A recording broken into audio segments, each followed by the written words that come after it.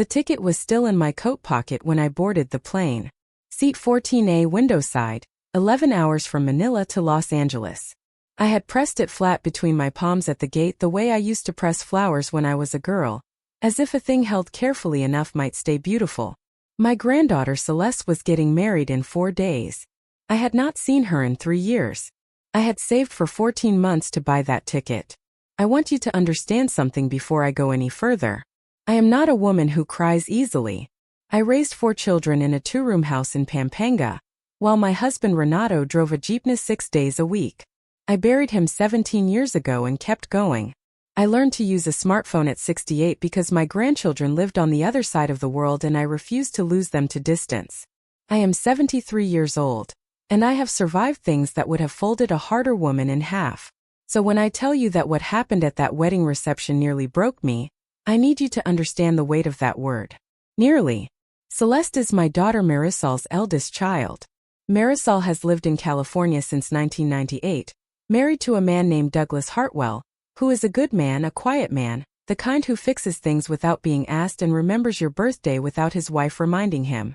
Their daughter Celeste grew up in a suburb of Los Angeles called Pasadena, in a white house with a lemon tree in the yard that Marisol told me about so many times I could picture it perfectly before I ever saw it. Celeste called me Lola, the Tagalog word for grandmother, and even as a teenager she would call me on video chat to show me her report cards, her art projects, the kitten she had rescued from behind the school gymnasium. She had always been warm that way. Like her grandfather. Like Renato, who could walk into any room and make the coldest person in it feel seen. If you're enjoying this story so far, don't forget to hit the like button and subscribe. Drop a comment telling me where in the world you're watching from. I love hearing from you. So when the invitation arrived at my door in Manila, a thick cream envelope lined in pale gold tissue, with Celeste and Brandon written across the front in the kind of calligraphy that takes someone years to learn, I sat down at my kitchen table and held it for a long time. My neighbor Letitia found me there an hour later, still holding it, the envelope open in my lap and the tears running quietly down my face. She assumed something was wrong. I had to explain to her that these were the other kind. I called Marisol that same evening. Mama, she said, before I could even speak. You got the invitation. I got the invitation. There was a pause. The kind of pause that has its own shape. Mama, I have to tell you something, and I need you to hear me out before you say anything. The wedding, Celeste and Brandon's families are handling it together, and Brandon's mother, Diane Rowan, she is very particular about the planning. She has been from the beginning. Marisol stopped, then continued. She has a vision. I understood something in that pause. Mothers always do. But I told myself I was being too quick to read into it. Weddings are complicated. Families are complicated. A woman who plans her son's wedding down to the color of the ribbon on the chairbacks is not necessarily a villain. She is just a woman who loves her son and has very strong feelings about chair ribbons. You are saying I should have patience, I told Marisol. I am saying, Mama, that some things about the day might feel unexpected. But Celeste loves you. That is the only thing that matters. I said yes to the ticket that same week. I counted the months of small savings, the skipped market trips, the birthdays where I gave the children smaller gifts so that the money could accumulate. I arranged for my neighbor's son to water my plants and collect my mail. I told everyone in my barangay that I was going to America for my granddaughter's wedding, and they celebrated with me as if it were their own daughter's joy. I packed carefully. I brought the dress I had made for me by a dressmaker in San Fernando, deep blue silk embroidered at the collar with tiny white flowers. I had described it to the dressmaker by showing her a photograph of Celeste in her debut gown, the soft color palette she loved, the flowers she always kept in her room. I wanted to wear something that felt like a small tribute to her. I brought the pearl earrings that had been Renato's mother's, and before that, Renato's grandmother's. I brought the embroidered handkerchief I had carried at my own wedding 45 years ago, which I planned to give to Celeste the morning of her ceremony. A small piece of the family she was descended from, to carry with her into the life she was building. I also brought a box of puto seco, the shortbread cookies I had baked myself, Celeste's favorite since she was 4 years old and used to sit on my kitchen counter while I pressed the dough into the wooden molds. Every Christmas she had called me and asked if I had made them yet. She had asked as recently as February, when I told her I was coming for the wedding. Lola, she said, her voice rising the way it did when she was a little girl. "You are bringing the Puto Seco, right? Promise me." Promised. The flight was long. The seat was narrow and the man beside me snored through most of the Pacific Ocean. I slept in small pieces and read a novel I had brought and prayed a rosary somewhere over the international date line.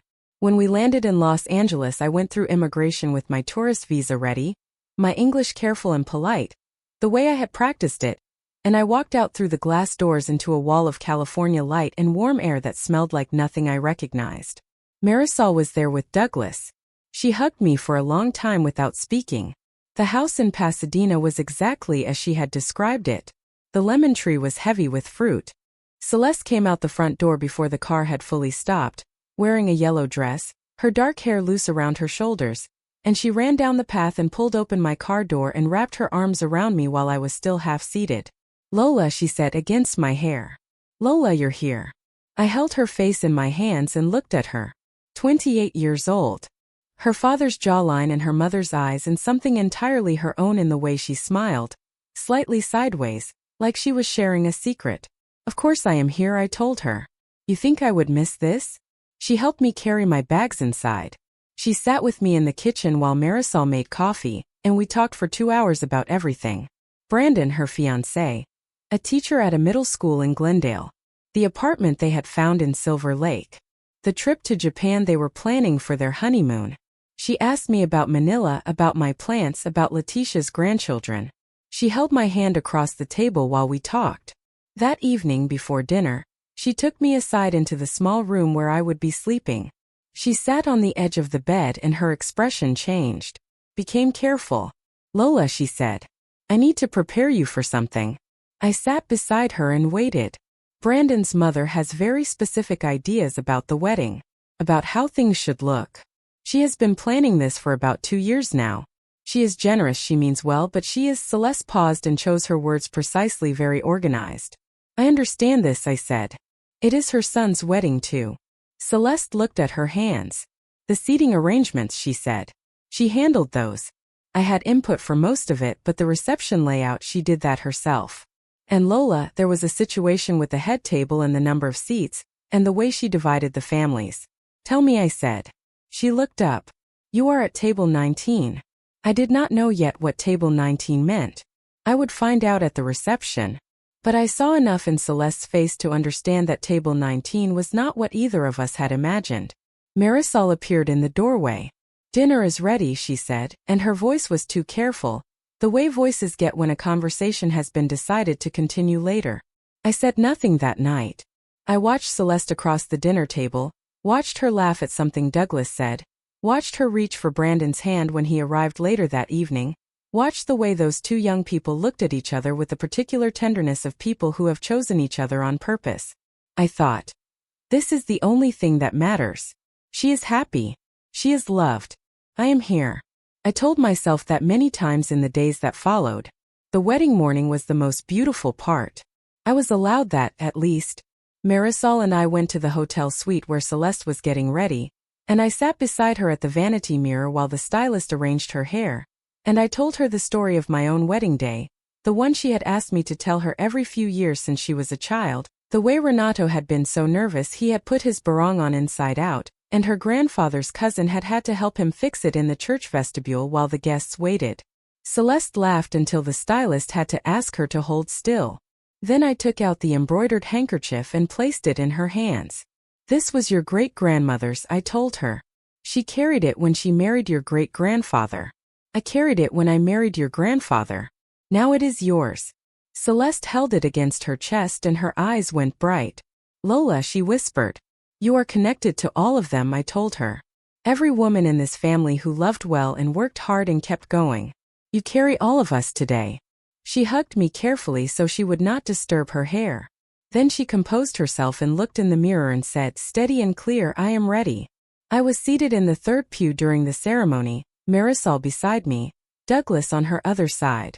The church was a Spanish colonial-style building in San Marino, white walls and dark wooden pews and light coming through amber-tinted windows in long warm columns. When Celeste came down the aisle on her father's arm and I saw her in the full dress, the ivory silk and the small pearl buttons and the way she carried herself, I thought of Renato. I thought of the woman I had been on my own wedding day, 22 years old and terrified and more certain than I had ever been of anything.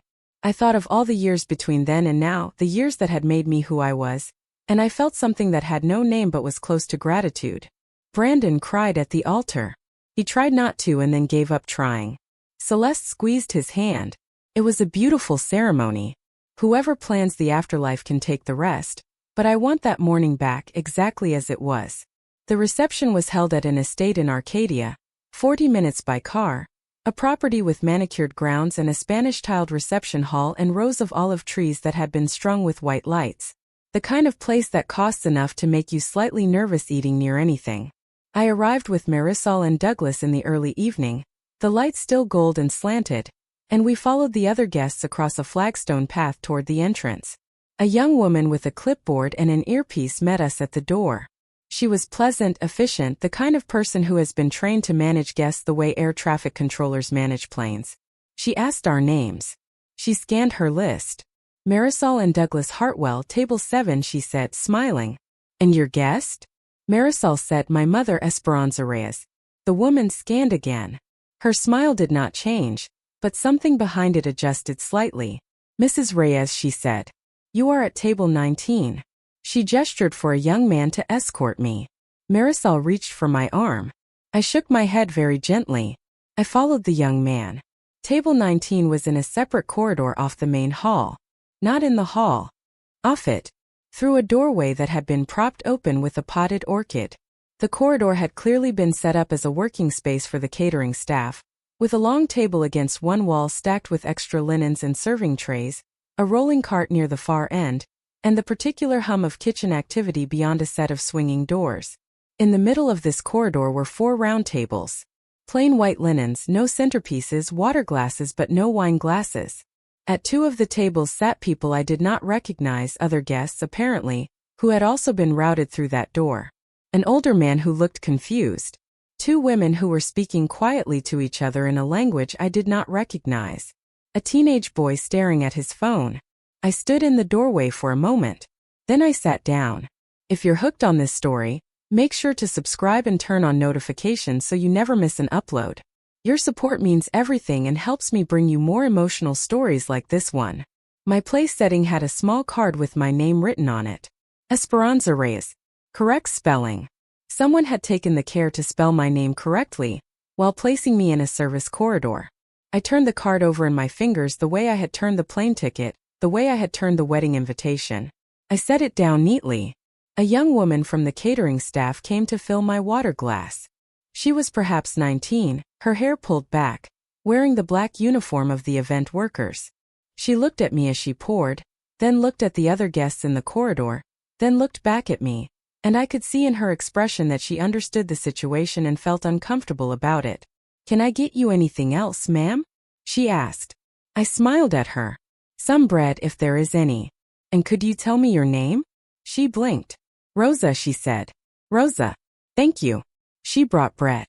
She also brought butter, and a small plate of the appetizers that were being served in the main hall, olives and cheese and something on a cracker that I could not identify but that tasted expensive. I sat in that corridor and I thought about Celeste's face in the mirror that morning. I thought about the handkerchief folded in her bridal bag. I thought about Renato and the inside-out barong and all the ways love makes people nervous and clumsy and magnificent. Then I thought about Diane Rowan. I had met her the day before, at the rehearsal dinner. She was a tall woman, Diane, the kind of tall that some people use as a form of presence, and she had the manner of someone accustomed to organizing everything around her into a shape she had approved. She had shaken my hand at the rehearsal dinner with 2 fingers, the handshake you give when you want to appear warm while keeping your distance, and said, "Oh, you must be Celeste's grandmother from the Philippines. How wonderful that you could make the trip. Wonderful, the way you say wonderful about something that surprised you. The way you might say wonderful about a dog that can open doors." Marisol had introduced us properly, had explained that I had flown 11 hours, that I had saved for over a year for the trip, that I had been a central figure in Celeste's life. Diane had nodded along with an expression that collected this information without adjusting anything. She had the kind of face that receives new data and files it without visibly updating. At the rehearsal dinner I had sat beside Marisol and watched Diane work the room. She knew everyone by name, called the wedding coordinator by her first name, directed the venue staff with the confident ease of someone who had been planning this evening in her mind for 2 years. She had a binder. I do not say this to mock her. A binder is not a sin. But the binder had color-coded tabs and laminated inserts, and when the florist arrived to discuss something about the centerpiece arrangements, Diane produced the relevant tab without even looking. She had not spoken to me again after the initial introduction. I had not taken it personally. There were many guests. She was busy. I was a quiet woman who had sat with Marisol and watched the young people and eaten my food and thanked God that Celeste had found someone who looked at her the way Brandon did. But here I was, in the service corridor. I want to be precise about what I felt because it matters. I did not feel rage. Rage is hot and it rises fast and it burns out. What I felt was something quieter and heavier. Something that had accumulated through the years, all the small moments of being treated as invisible, of being the woman from somewhere far away who had sacrificed in ways that no one present was equipped to calculate.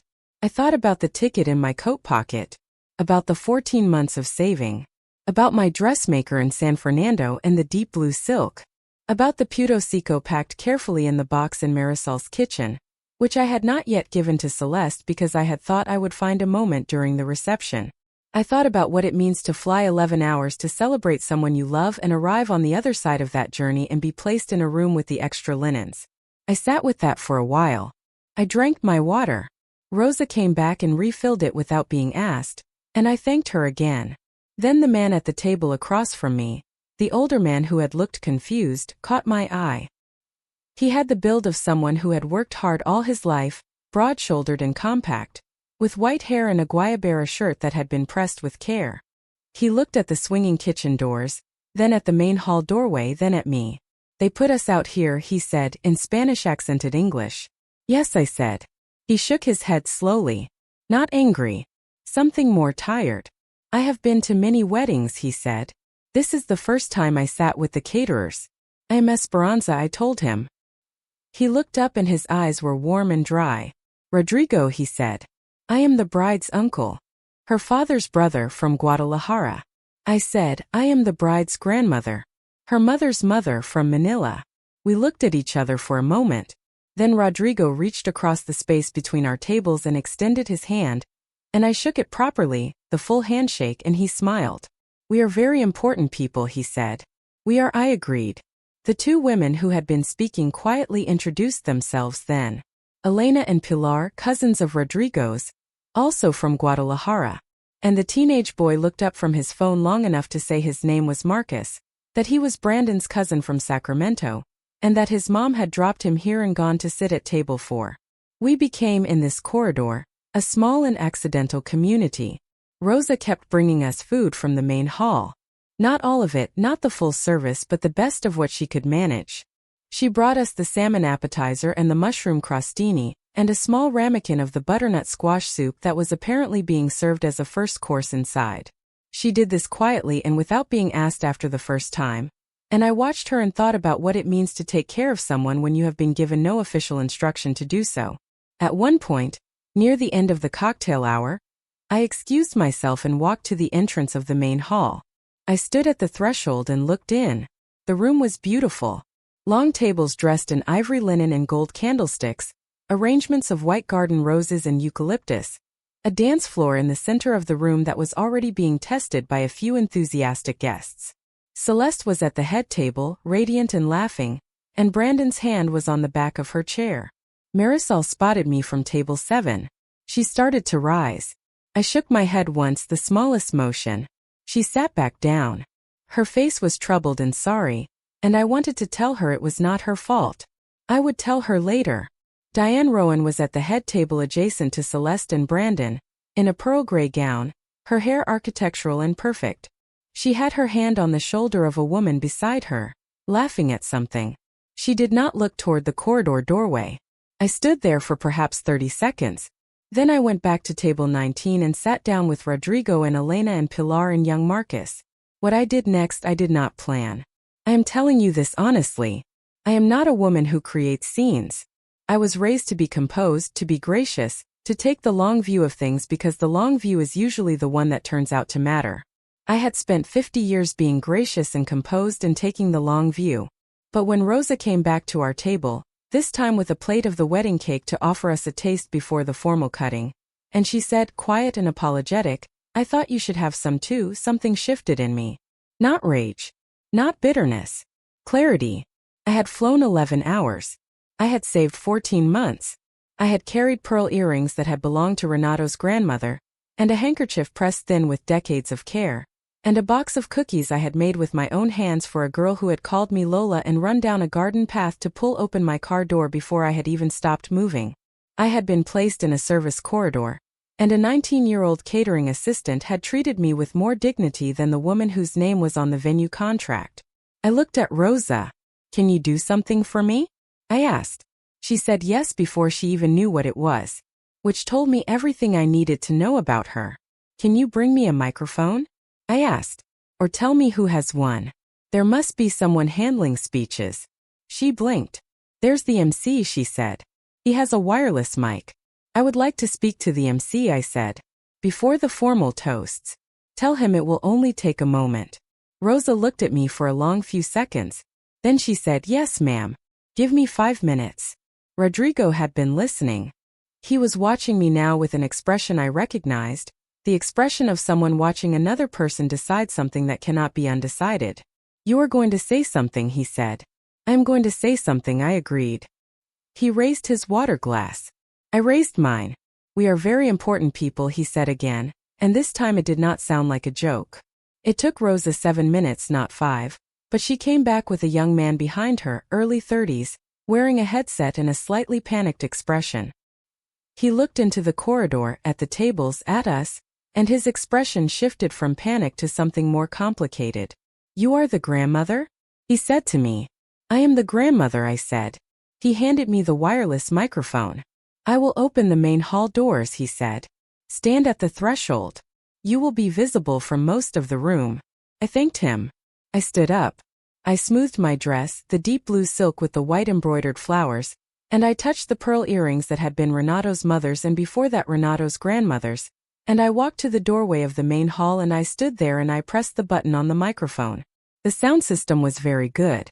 My voice carried into every corner of that beautiful room. "Good evening," I said. "I am Esperanza Reyes. I am Celeste's grandmother. I flew 11 hours from Manila to be here tonight, and I am going to need just a few minutes of your time." The room had gone quiet in the way rooms do when something unexpected happens. Not the restless quiet of boredom but the held breath quiet of attention. I could see Celeste at the head table, her face turned toward me, her hand pressed to her collarbone. "I want to tell you about the first time Celeste called me from California. She was 7 years old. It was 11 at night in Manila and the call woke me up, but I did not mind because the first thing she said was Lola. I learned a new word today. She had learned the word perseverance. She had heard it in school and written it on a piece of paper and carried it home so she could ask me what it meant. I told her it means you keep going even when it is hard, even when you are tired, even when the situation you find yourself in is not the one you planned for. I paused. I said that last part for myself as much as for her. A few people near the front smiled. I could see Douglas at table 7 with his hand covering his mouth. Marisol had both hands pressed together under her chin. I did not come here tonight to make trouble, I continued. I came here to celebrate a young woman who has had my heart since before she could walk. And I want to say to her directly in front of everyone who loves her, something I should have said this morning but did not find the right words for. I looked at Celeste. "You are your grandfather's kindness," I said. "You are your mother's strength. You are every woman in our family who kept going, who stayed patient, who loved without counting the cost. And Brandon," I turned slightly, "I do not know you well yet. But I watched you cry at the altar and I watched you try to stop and I watched you decide it didn't matter. A man who cries at his own wedding without apology is a man worth trusting." Someone in the room laughed softly, warmly. I looked out at the gathered guests, all those faces turned toward me, and I said, "Thank you for letting an old woman speak. That is all I wanted. Take care of each other." I pressed the button and the microphone went quiet and I handed it back to the young MC who had appeared at my shoulder. And then Celeste was out of her chair. She came across that reception hall in her wedding dress and she did not care who was watching or who had to move out of her way. She came to the doorway of the corridor, and she took my face in her hands the way I had taken hers that morning, and she looked at me for a long moment without speaking. Then she said, "Why are you in here, Lola?" A question, though she already knew the answer. "There was a mix-up with the seating," I told her. "It is fine. Rosa has been taking very good care of us." Celeste looked past me at Rodrigo and Elena and Pilar and young Marcus. She looked at Rosa, who was holding an empty plate and standing very still. She looked at the folded linens against the wall and the rolling cart and the swinging kitchen doors. Her expression changed in a way that was slow, and then all at once she turned around and she called her new husband's name, Brandon, clearly and without raising her voice, and he came immediately, the way he would come for the rest of their lives, and she said something to him quietly, and he looked into the corridor and his jaw tightened. Then Celeste walked back into the main hall and toward the head table, and she said something to her new mother-in-law, and Diane Rowan's expression was the expression of someone who had just been presented with a consequence she had not included in the binder. I did not hear what Celeste said to Diane Rowan. The distance was too great and the room had filled again with the careful noise people make when they are pretending not to watch something they are absolutely watching. But I saw it. I saw the angle of Celeste's shoulders, squared and still, the way her hands stayed at her sides instead of gesturing. She had learned that composure from somewhere. I like to think she learned it from me. Diane listened with the expression of a woman receiving information she had not requested and did not welcome. Her chin lifted slightly. Her eyes moved once toward the corridor doorway toward me and then back to Celeste. She said something. Celeste said something back. Then Brandon put his hand on his wife's lower back, gentle and unhurried, and the three of them stood in that triangle for another moment before Celeste nodded once and turned away. She came back to the corridor and she took my hand. "Lola," she said, "come sit with me." "At the head table?" "At the head table." I looked at Rodrigo. "Go," he said, waving his hand. "We are fine here. Rosa will take care of us."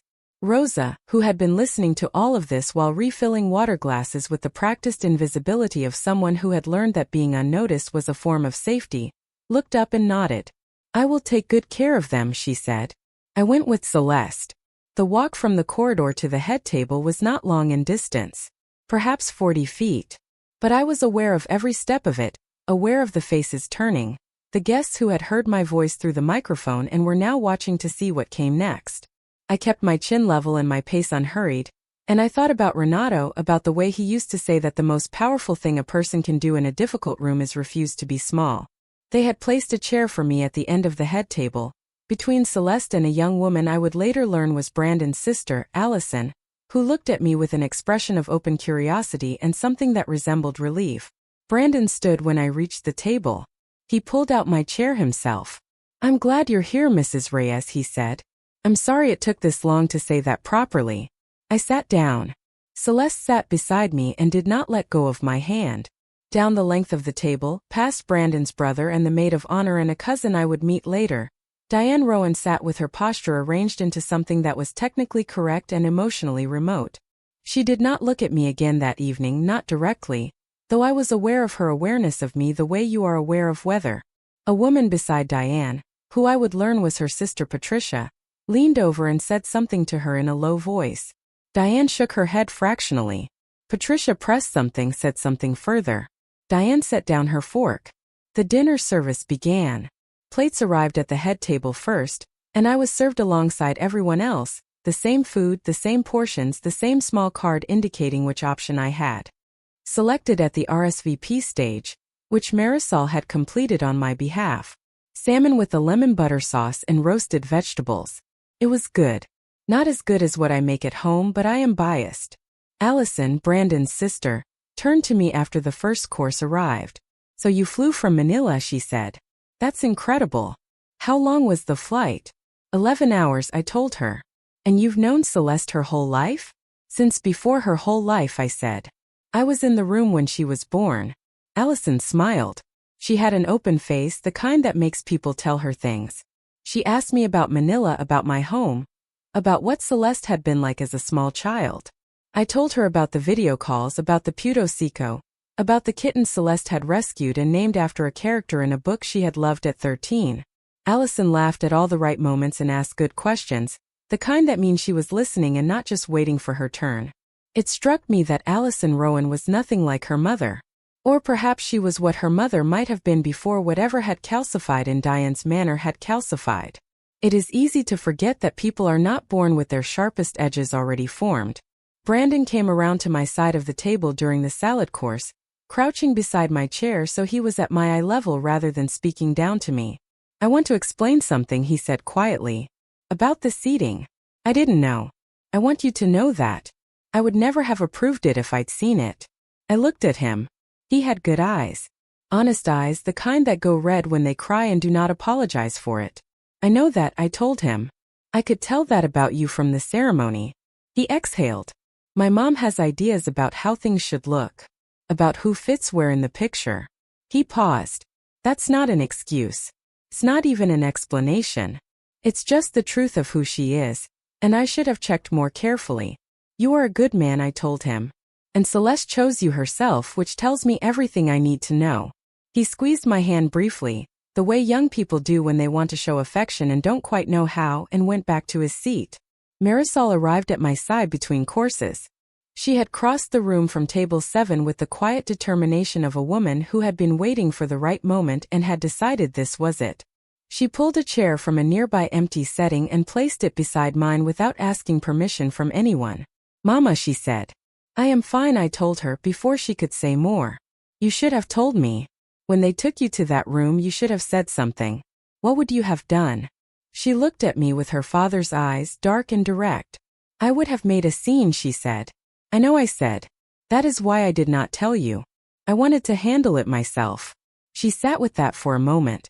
"Your speech," she said finally. "I know. Mama." Her voice shifted. Half reproach, half something else. "You made me cry in front of Douglas's entire department. Then he will know he married into an emotional family and he will be prepared." She laughed despite herself, the sound escaping before she could stop it, and she pressed her fingers to her lips and shook her head. Then she took my hand with both of hers. "She did it on purpose, Mama." The seating. I found out tonight from Celeste that when she saw the final chart, she asked Diane to move you. She asked twice. Diane said the layout was set and that Marisol paused and her jaw tightened, that the layout was set and that you would be perfectly comfortable. I understood then the full shape of it. Not a clerical error. Not a miscommunication between spreadsheets. A decision. I said nothing. Marisol watched my face. She said, "Are you angry?" I thought about it honestly. I said. For a little while sitting in that room. I was angry in the way you are angry when something small that cost you nothing to prevent is used against you anyway. And then I was something else. "What?" "Tired of being angry," I said. "I am 73. I do not have unlimited anger to spend on people who are not worth the expense." Marisol looked at me for a long moment. Then she said, "You are a better woman than I am." "You are a different woman," I told her. "Not a lesser one." She stayed beside me through the main course and most of the dessert service, and we talked the way we talk when it is just the two of us, without performance, without management, about small things and large ones. About how much she missed her father at moments like this. About how Celeste had her grandfather's laugh, the specific rhythm of it, the way it arrived slightly before the joke had finished landing. About the lemon tree in the yard and how Renato would have approved of it immediately. The formal toasts began after dessert. Brandon's best man spoke first. A college friend named Chris who was funny and specific and clearly loved Brandon with the easy familiarity of a decade of friendship. Allison spoke next, about her brother.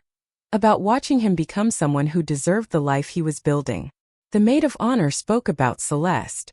Then Marisol and Douglas spoke together. Brief and warm. Douglas straightforward and Marisol eloquent. Then the MC, the young man who had handed me the microphone, made a small gesture across the room toward where I sat at the head table, and he said, "And earlier this evening we heard briefly from the bride's grandmother, Esperanza Reyes, who we are very glad to have with us." There was applause. Real applause, not the polite kind. Rodrigo, from the corridor, who had apparently been moved to a proper table inside the main hall by that point, was clapping with his whole hands. I raised my water glass. The dancing began after the toasts, and the room rearranged itself into the comfortable chaos of a wedding reception in full flight. The band was good. The floor filled quickly. I sat for a while and watched, content in the particular way you are content. When something you came a long way to witness is going exactly as it should, despite everything. It was during the second song that Diane Rowan came to me. She appeared at the edge of my field of vision first, moving along the perimeter of the room with the deliberate direction of someone who has made a decision and is executing it before they can reconsider. She was wearing the pearl gray gown and her hair was still perfect and her posture was still exact, but something in her face had shifted from the architectural certainty of the ceremony to something that required more maintenance. She stopped beside my chair. She did not sit. She looked at me for a moment with an expression I could not entirely read, and then she said, "Mrs. Reyes, may I speak with you?" "Of course," I said. She sat down in the chair Marisol had pulled over earlier, and for a moment she said nothing, which surprised me. I had expected her to be someone who always had her words prepared. "I understand," she said finally, "that the seating arrangement caused you distress." I noted the passive construction. "'Cause distress, not I caused distress." The arrangement, as though it had assembled itself. "I was seated in the service corridor with the catering equipment," I said pleasantly. "I was there for the cocktail hour and through the beginning of dinner." Her jaw moved slightly. "Yes, that was not the intention." "What was the intention?" I asked. Her eyes went briefly to the middle distance, the practiced pause of someone reformulating. "The head table layout was fixed by the venue contract," she said. "The family section was oversubscribed and we had to make decisions about primary and secondary guests." "Primary and secondary guests," I said. She heard herself then. I could see it. "What I mean," she said carefully, "is that seating for an event of this scale requires difficult prioritization decisions. We had 140 guests and a fixed floor plan." "You had 140 guests," I said, "and you prioritized correctly for 138 of them." She looked at me directly then. The first time she had looked at me directly since the rehearsal dinner handshake. "I want you to understand," she said, "that this was not a personal decision." I did not say anything to that. I waited. "It was not personal," she said again, and the repetition told me that she was trying to convince herself of something while simultaneously presenting it to me. I thought about what I wanted to say. I had been thinking about it, in the way you think about things at the back of your mind while the front of your mind is having dinner and watching dancing and listening to speeches. I said, "Diane. May I call you Diane?" She nodded. I said, "I have a neighbor in Manila named Leticia. She has known me for 30 years. When I got the invitation to this wedding, I went to her house and I showed her the envelope, and she sat with me and we looked at Celeste's name written in that calligraphy, and Leticia cried because she understood what that envelope meant to me. I have known Leticia for 30 years and she cried over my granddaughter's wedding invitation." I paused. "You have known me for 2 days," I continued. "I am not asking you to feel what Leticia feels. That takes 30 years and is not available on request. But I would like you to understand what it costs a 73-year-old woman to fly 11 hours from Manila to Los Angeles for a wedding. What she carries with her. What she hopes for." Diane was very still. "What happened tonight," I said, "was not primarily an insult to me. I am old enough and steady enough to survive an insult. What it was an insult to Celeste. Because Celeste loves me. And the people who love Celeste should understand that what is done to the people she loves is done, in some measure, to her."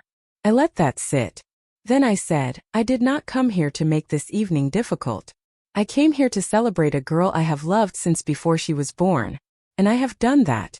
The evening has been beautiful in all the ways that matter. I would like us to finish it well, if that is something you are willing to do." Diane looked at me for a long time. Something was happening in her face that I do not think happened often, a kind of recalibration, slow and visible, like watching a building settle. She said, "I handled the seating without fully considering the implications." "That is true," I said. She said, "I should have spoken with Celeste more carefully before making final decisions." "Also true."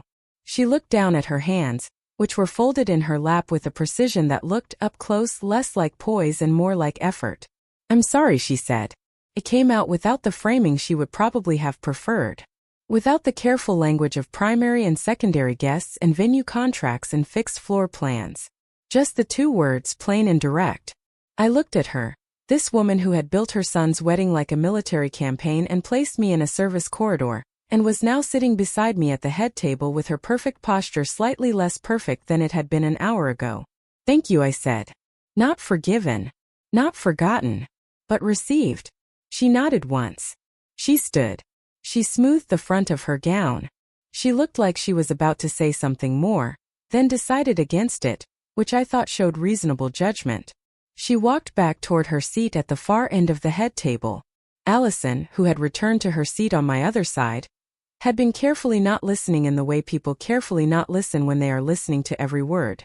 She leaned toward me and said very quietly, "That's the most direct conversation I've seen anyone have with my mother in years." I said, "How did she receive it?"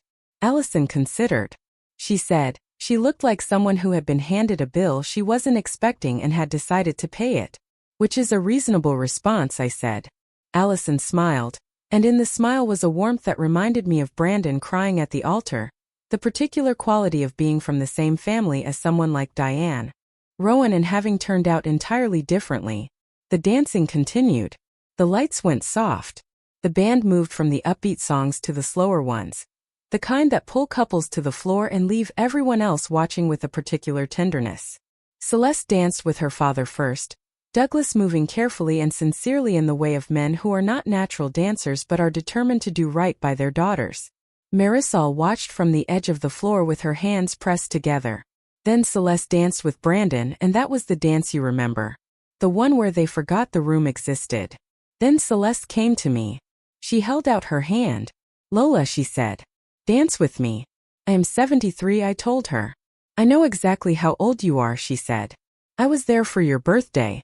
On video chat, but I was there." She took my hand anyway and she led me to the floor, and we danced together in the slow, careful way of two people navigating a significant height difference and a 45-year age gap. And she held my hand the way she had held it when she was small, and we walked to the market together in Manila on the two occasions Marisol had brought her back to visit. "I can feel people watching us," she said. "Let them watch," I said. She laughed softly against my hair. "I'm sorry, Lola. About the seating. You did not do it," I said. "I know, but I'm the reason you're here, and I should have." I held her hand a little tighter. "You placed the handkerchief in your bag this morning," I said. "You ran down the path before the car stopped. You called me Lola when you were 7 years old and told me about the word perseverance. All of that is what I came here for. The rest is something that happened and is now finished." She pulled back slightly to look at my face. Her eyes were bright. "You're too good," she said. "I am not too good," I told her. "I am practical. I am 73 years old with a return ticket to Manila and finite time to spend on things that do not deserve it. That is not goodness. That is mathematics." She laughed again, fully this time, the laugh that was her grandfather's laugh, arriving a half-second before it should. We finished the song and she walked me back to my chair and kissed my cheek. Then she was swept away by the maid of honor and 3 cousins who had been waiting for their turn, and I sat and watched her go and felt the specific fullness of a thing completed. Rosa appeared at my elbow. "Mrs. Reyes," she said. "Can I bring you anything?" "Some tea if there is any," I said.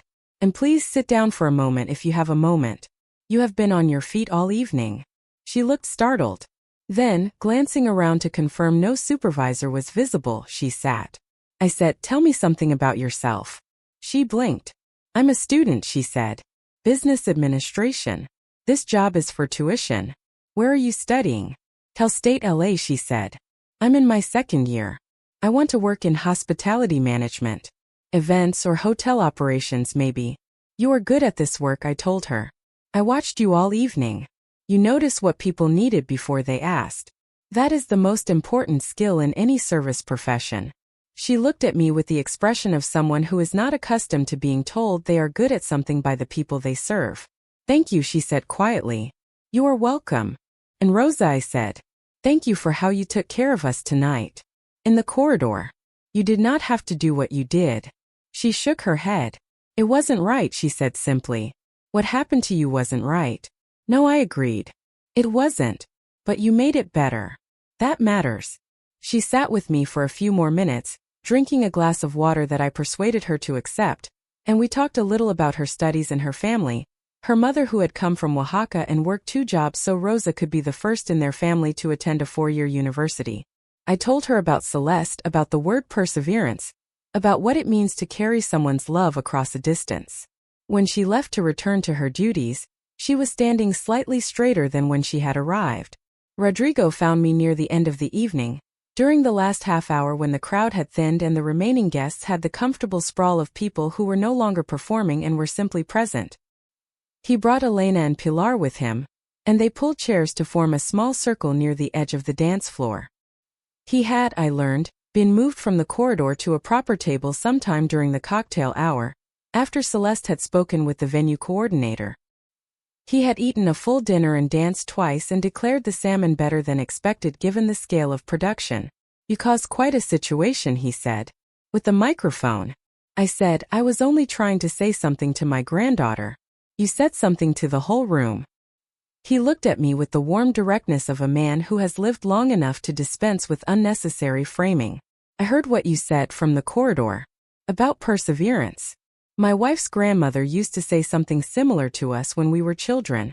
That keeping going is not the same as not being hurt. It just means the hurt does not get the last word." "That is a good way to say it," I told him. She was a remarkable woman. He looked at the dance floor, where a few couples were still moving to the last slow songs. "My wife is gone 3 years now. Sometimes I think I came to this wedding to have a reason to be in a room full of people who are happy. Is that strange?" "It is not strange at all," I said. "I came for exactly the same reason." We sat together in the comfortable quiet of people who have recently been through something small and strange, and have come out on the other side of it knowing each other a little. Elena said, in careful English, this was an unusual wedding. "All good weddings are unusual," I said. "The ones that go exactly as planned are the ones nobody remembers." She considered this. Then she translated it for Pilar and Pilar smiled and nodded with the comprehending nod of someone who does not entirely understand the language but entirely understands the sentiment. The band played their final song. The lights came up slightly, the warm amber shifting toward something brighter and more practical. Guests began collecting their things, finding coats, saying goodbye in the long-winded way of people who are not quite ready for the evening to end. Celeste found me one more time before we left, slipping away from Brandon's side to sit beside me for a few minutes in the gentle disorder of the evening's end. She said, "I heard you talking with his mom. Brandon told me." I said, "We had a conversation." She looked at me sideways. "Did you scare her?" "I do not think I scared her," I said. "I think I showed her something she had not considered." Celeste was quiet for a moment. Then she said, "She's not a bad person, Lola. She stopped. She has a very specific idea of how the world should be organized." "Yes," I said. "I noticed the binder." Celeste laughed. "It has 47 tabs." I said, "The world does not have 47 tabs, Diane." "I know," she said. "She's learning that." She took my hand again the way she had on the dance floor, the way she had at the kitchen table the first afternoon, the way she had when she was 4 years old and we walked to the market together. "I'm glad you came," she said. "I know it was hard. I know what you sacrificed to be here. You are worth every hour of it," I told her. "You have always been worth every hour of it." She rested her head briefly on my shoulder, the way she had done as a small child, and we sat together in the comfortable noise of a wedding reception finding its end, and I thought about Renato and about perseverance, and about the strange ways in which love moves through time, arriving at unexpected moments in unexpected rooms. The next morning Marisol made breakfast and we sat at the kitchen table under the California light, and she said, "Tell me what you are thinking." "I am thinking," I said, "about a girl named Rosa." She looked at me. "She works for the catering company," I said. "She is studying business administration at Cal State LA. Her mother came from Oaxaca. She is the first in her family to attend a university." Marisol said, "Mama." I said, "She took care of us all evening. She brought food to the corridor. She sat with us. She got me the microphone." Marisol looked at me with the expression she had been perfecting since she was 12 years old, part exasperation, part admiration, part resignation to the fact of who her mother was. "What are you planning?" she asked. "Nothing yet," I said. "I am thinking." "But you are smiling," Marisol said. "You have your thinking smile, which is also your planning smile, and those two things in your face at the same time have never once meant nothing." I drank my coffee. 2 days after the wedding, Marisol drove me to the campus of Cal State LA. It was a Tuesday morning, bright and cool, the kind of California day that looks like a promise. We parked near the business administration building and Marisol waited in the car, while I went inside and found the administrative office and asked the woman at the desk a question. She was helpful. She directed me to a bulletin board near the financial aid office, and I stood there reading the notices, the scholarship announcements, the work-study programs, the lists of donors and endowed funds and opportunities available to students who qualified and applied and persevered. Then I went back to the car. On the drive home, Marisol said, "Well," I said, "I need the name of a good lawyer. One who handles charitable giving." "Mama, not immediately. I need to think about the structure. But I have been saving money for several years with no specific destination. I know what the destination is now."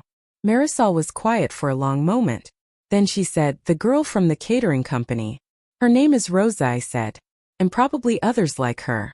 Students who are working event jobs at night to pay for degrees they are the first in their families to pursue. There should be something for them." "The kind of something you build," Marisol said. "I do not know yet what shape it takes," I said. "But I know what it is for. It is for the people who take care of others in difficult moments and receive very little in return for that care.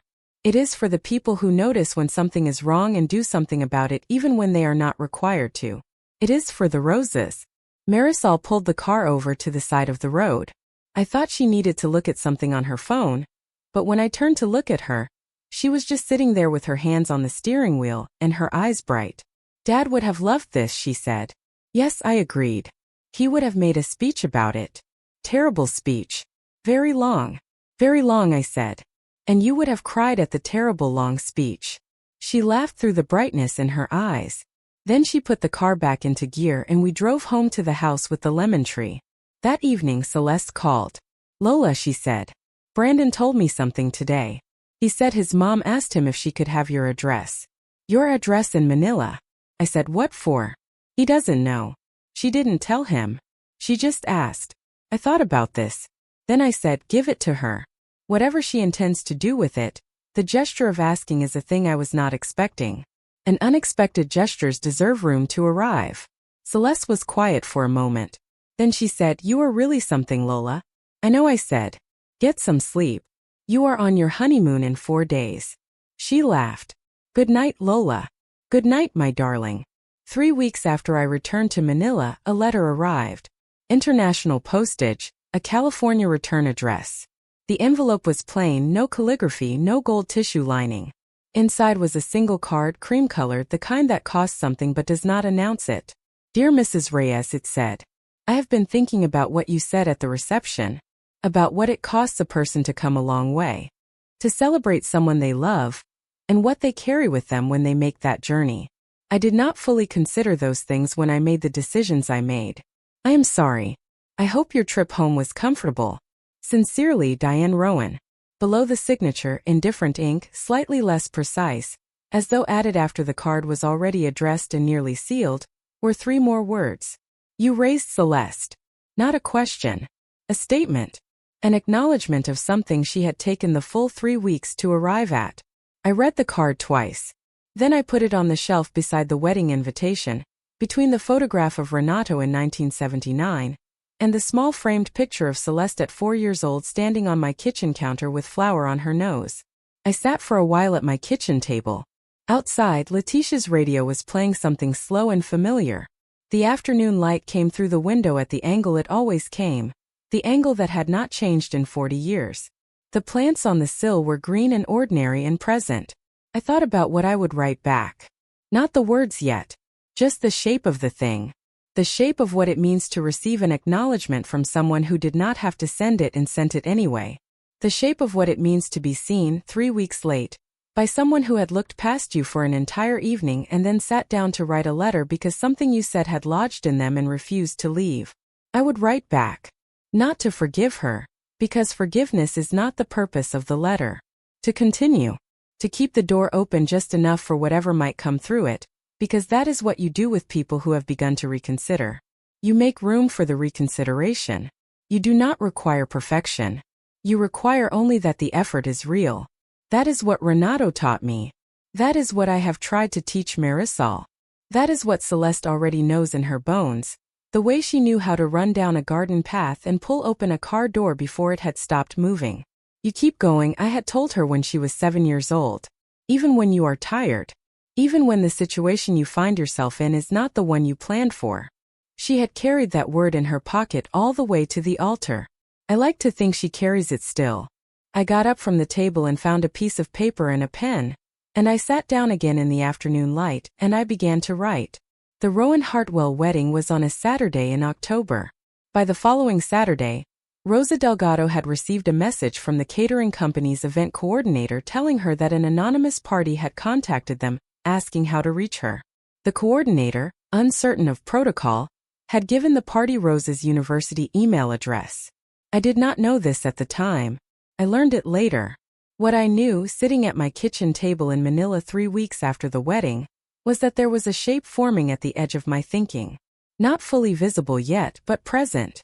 The way a storm is present before it arrives, something in the air that changes the quality of the light. My neighbor Leticia came by that afternoon with bananas from her sister's farm and news about the Barangay Council, which had apparently been arguing for 3 weeks about the repainting of the community hall. She sat across from me and I poured coffee and we talked about ordinary things, and then she asked about the wedding. I told her. All of it. The corridor, Rodrigo, Rosa, the microphone, Diane's face, Celeste's dance, the letter that had arrived that morning. Leticia listened without interrupting, which was unusual for Leticia. When I finished, she sat for a moment. Then she said, "So what are you going to do?" I said, "I am working it out." She looked at the Diane Rowan letter on the shelf, then at me. "You are going to do something about the girl," she said. "The catering girl." "Rosa, I have some savings," I said. "And the time to think about how to use them well." Leticia put down her coffee cup. She said, "When David Chun died, you cried for 3 days." I said, "Renato." "Renato," she corrected.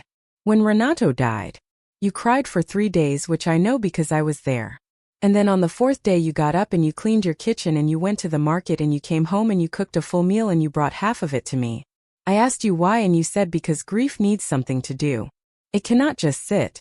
If you give it nothing to do, it turns into something worse." She looked at me. "You have been giving your grief something to do for 17 years, she said. "Every plant on that windowsill. Every video call with Celeste. Every box of puto seco you baked and packed and carried. Every peso you saved for 11 hours in a narrow airplane seat. That is not just love, Esperanza. That is a decision you make every day." I looked at my coffee cup. "The girl Rosa," Leticia said. "She is making the same decision." "Yes," I said. "She is." "Then you know what to do." I did know. The shape had been forming for 3 weeks and now it had edges. I was not a wealthy woman. Let me be clear about that. I had my pension and the small savings and the money I had not spent on the wedding trip because I had budgeted carefully and come home with what remained. I had the insurance money from Renato's death, most of which I had not touched, kept in an account I thought of as belonging to the future more than to the present. It was not a large amount of money in the way that large amounts of money are described in the stories where a grandmother turns out to be secretly wealthy. I was not secretly wealthy. I was a retired woman in Manila with a paid-for house, a good neighbor, and a kitchen that had fed everyone I loved for 40 years. But I had something that had taken me most of my life to understand as valuable. I knew how to see people. I had spent 73 years paying attention to who took care of whom and how and at what cost to themselves. Had been taken care of by a 19-year-old in a black uniform who had brought me soup and sat beside me and gotten me a microphone. And I had resources enough to do something about that if I was careful and thought it through. I began making phone calls. Not to banks or lawyers yet. First to Marisol to tell her the shape of what I was thinking and to ask her to help me understand how charitable giving worked in California, since Rosa was a California student at a California university. Then to my friend Imelda in Quezon City, who had retired from 30 years in education administration, and knew more about scholarship structures than anyone I was aware of. Then to my cousin Ferdinand's daughter, who had married a man who managed a nonprofit in Cebu, and who had, on several occasions, advised me on financial questions with a patience and clarity that I valued greatly. The conversations took several weeks. During this time I wrote back to Diane Rowan, a letter that was polite and direct and gave her nothing to be defensive about, which I had thought carefully about because defensiveness closes people and I did not want to close her. I told her that the wedding had been beautiful and that Celeste was happy and that I hoped we might know each other better in the years ahead, now that we shared a granddaughter in common, which was the truth and also a gentle reminder that we were bound to each other now whether the binder had a tab for it or not. I also told her in the last paragraph that I had been thinking about something she might find interesting. A small initiative for students in the hospitality field who worked service jobs while pursuing their degrees. Not large amounts, not what you would call a scholarship in the formal sense, but something. A fund perhaps. A recognition. I was still working out the details, but I wanted to mention it because she had mentioned working in events management before she had become involved in pharmaceutical marketing, and I had a feeling she knew that world better than she let on. I did not know if she would respond to that part of the letter. I sent it anyway. Celeste sent me photographs from Japan. Cherry blossoms, even in November, some kind of late bloom. Brandon standing in front of a temple looking delighted. Celeste in a restaurant holding a bowl of ramen with the expression of someone who has found the correct answer to a question they have been asking all their life. I put the photographs on the shelf beside the letter, and the wedding invitation and the picture of Renato. Then, 6 weeks after the wedding, I received an email from an address I did not recognize. The subject line said, "You probably don't remember me." The email said, "Mrs. Reyes, my name is Rosa Delgado. I worked the catering service at the Rowan Hartwell wedding in October. I think you might have had something to do with a message I received from a financial aid counselor at my university last week about a new small fund for hospitality students that someone had inquired about establishing. I don't know for certain that it was you, but I wanted to write in case it was. I don't know what to say that would be adequate. I'm going to try anyway. What you did that night, in the corridor, the speech and the dancing and the way you talked to everyone in that room as if they were exactly as important as they were, I have thought about it every day since. Not because it was dramatic, though it was. Because of the way you handled it. You were placed somewhere that was designed to make you invisible, and you refused to be invisible, but you refused in a way that didn't make it about anger or humiliation. You made it about love. About Celeste. I don't know how a person learns to do that. I am the first person in my family to go to university. My mother works very hard and she is proud of me, and some days that pride feels like the most expensive thing I own. I don't want to waste it. If you are the person who made the inquiry, thank you. If you aren't, I'm sorry for the wrong address. But I wanted to write either way because you were kind to me that night, and kindness like that doesn't happen often enough for me to let it go unacknowledged. Yours, Rosa Delgado. I read the email twice, the way I had read Diane's letter. Then I went to my windowsill and I watered the plants, all of them, each one in order, the way I always did in the afternoon. Then I came back and I sat down and I began to write. I wrote back to Rosa that same evening. I told her that yes, it had been me who made the inquiry. I told her that I was not a wealthy woman and that what I was considering was not large in the financial sense, but that I believed small things placed carefully in the right direction had a tendency to grow beyond what the person who placed them could predict. I told her about my husband Renato and about the jeepney and about what it had meant to raise 4 children in a house where money was always present as a concern and never present as a comfort. I told her that I had watched her all evening at the reception, not just the kindness she had shown us in the corridor, but the quality of her attention. The way she had filled water glasses before they were empty. The way she had read the room without being instructed to read the room. The way she had understood that what we needed in that corridor was not just food but to be treated as if we were in the main hall. That, I told her, is not a skill that can be taught in a classroom, can be refined there.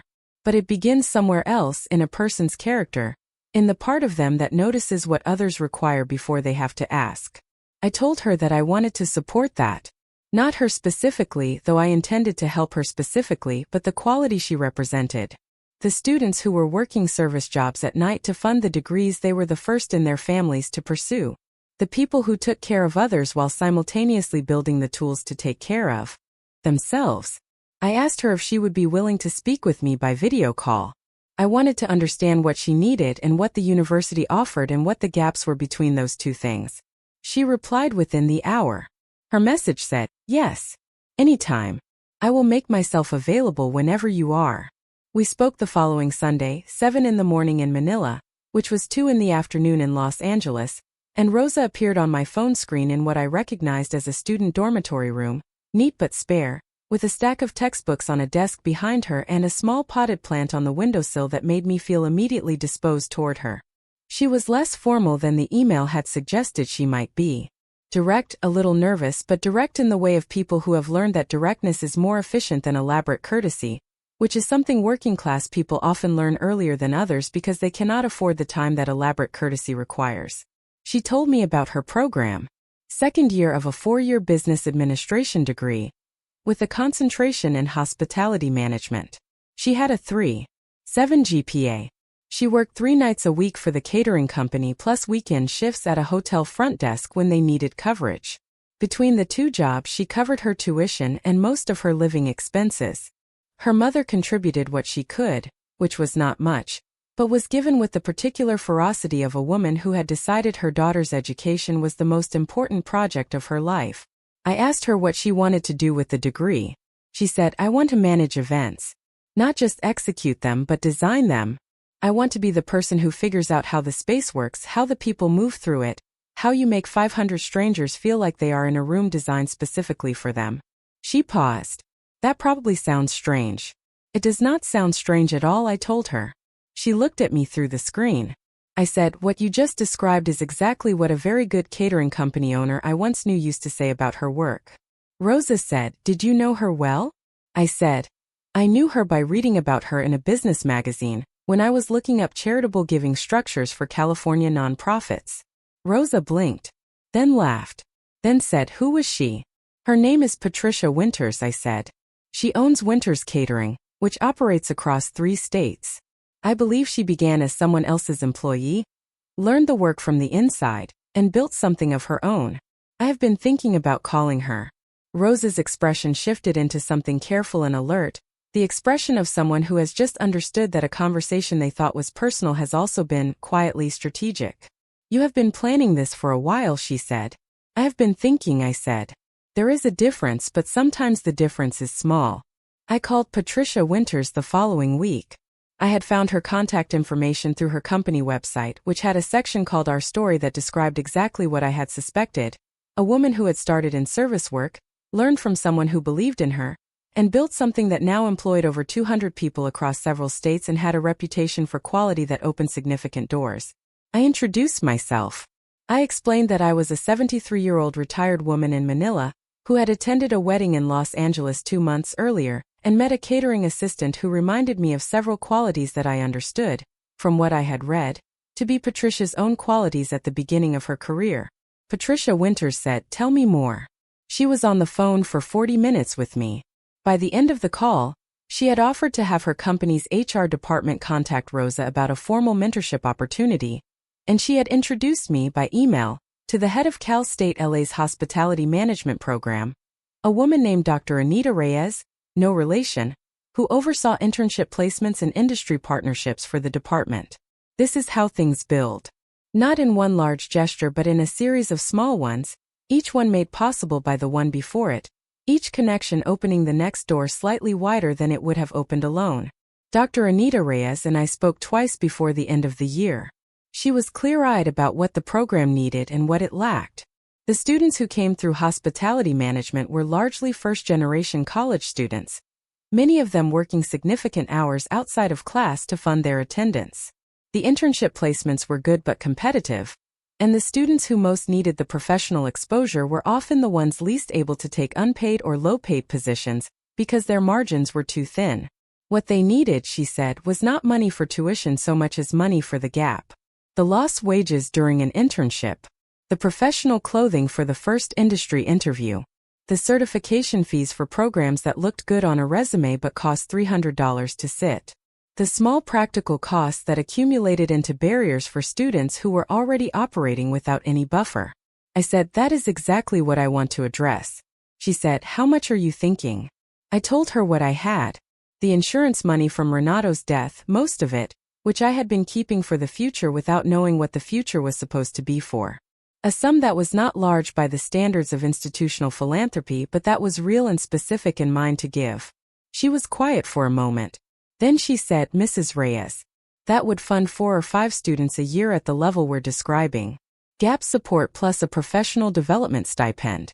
4 or 5 students a year for at least 5 years, possibly longer if we structure it right." 4 or 5 students a year, I said. She said, "Every year. Think about that across a decade." I thought about it.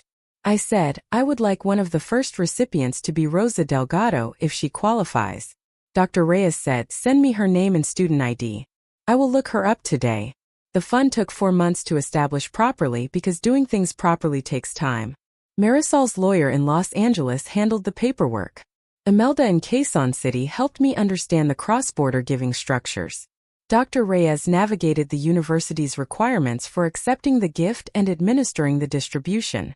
Patricia Winters agreed to serve as an informal industry advisor to the program, providing mentorship connections and professional references for recipients.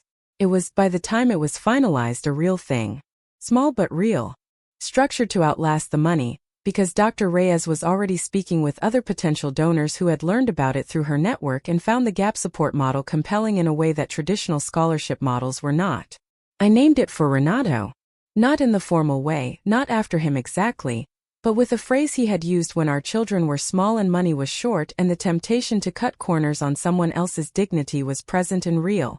He used to say in Tagalog that the cost of treating a person as less than they are is always higher than you think it will be. That the bill comes later and it comes with interest. The fund was called the Reyes Perseverance Award. I chose the word myself. Seemed right. Rosa was named the first recipient in March, 5 months after the wedding, at a small ceremony in Dr. Reyes' office that I attended by video call from my kitchen in Manila, the same kitchen where I had drunk coffee and thought about shapes for several months. Marisol was in the room in person, because she lived 40 minutes away and I had asked her to go and be my eyes, which she had done, dressed in the good blue blouse she wore when she wanted to seem capable of anything.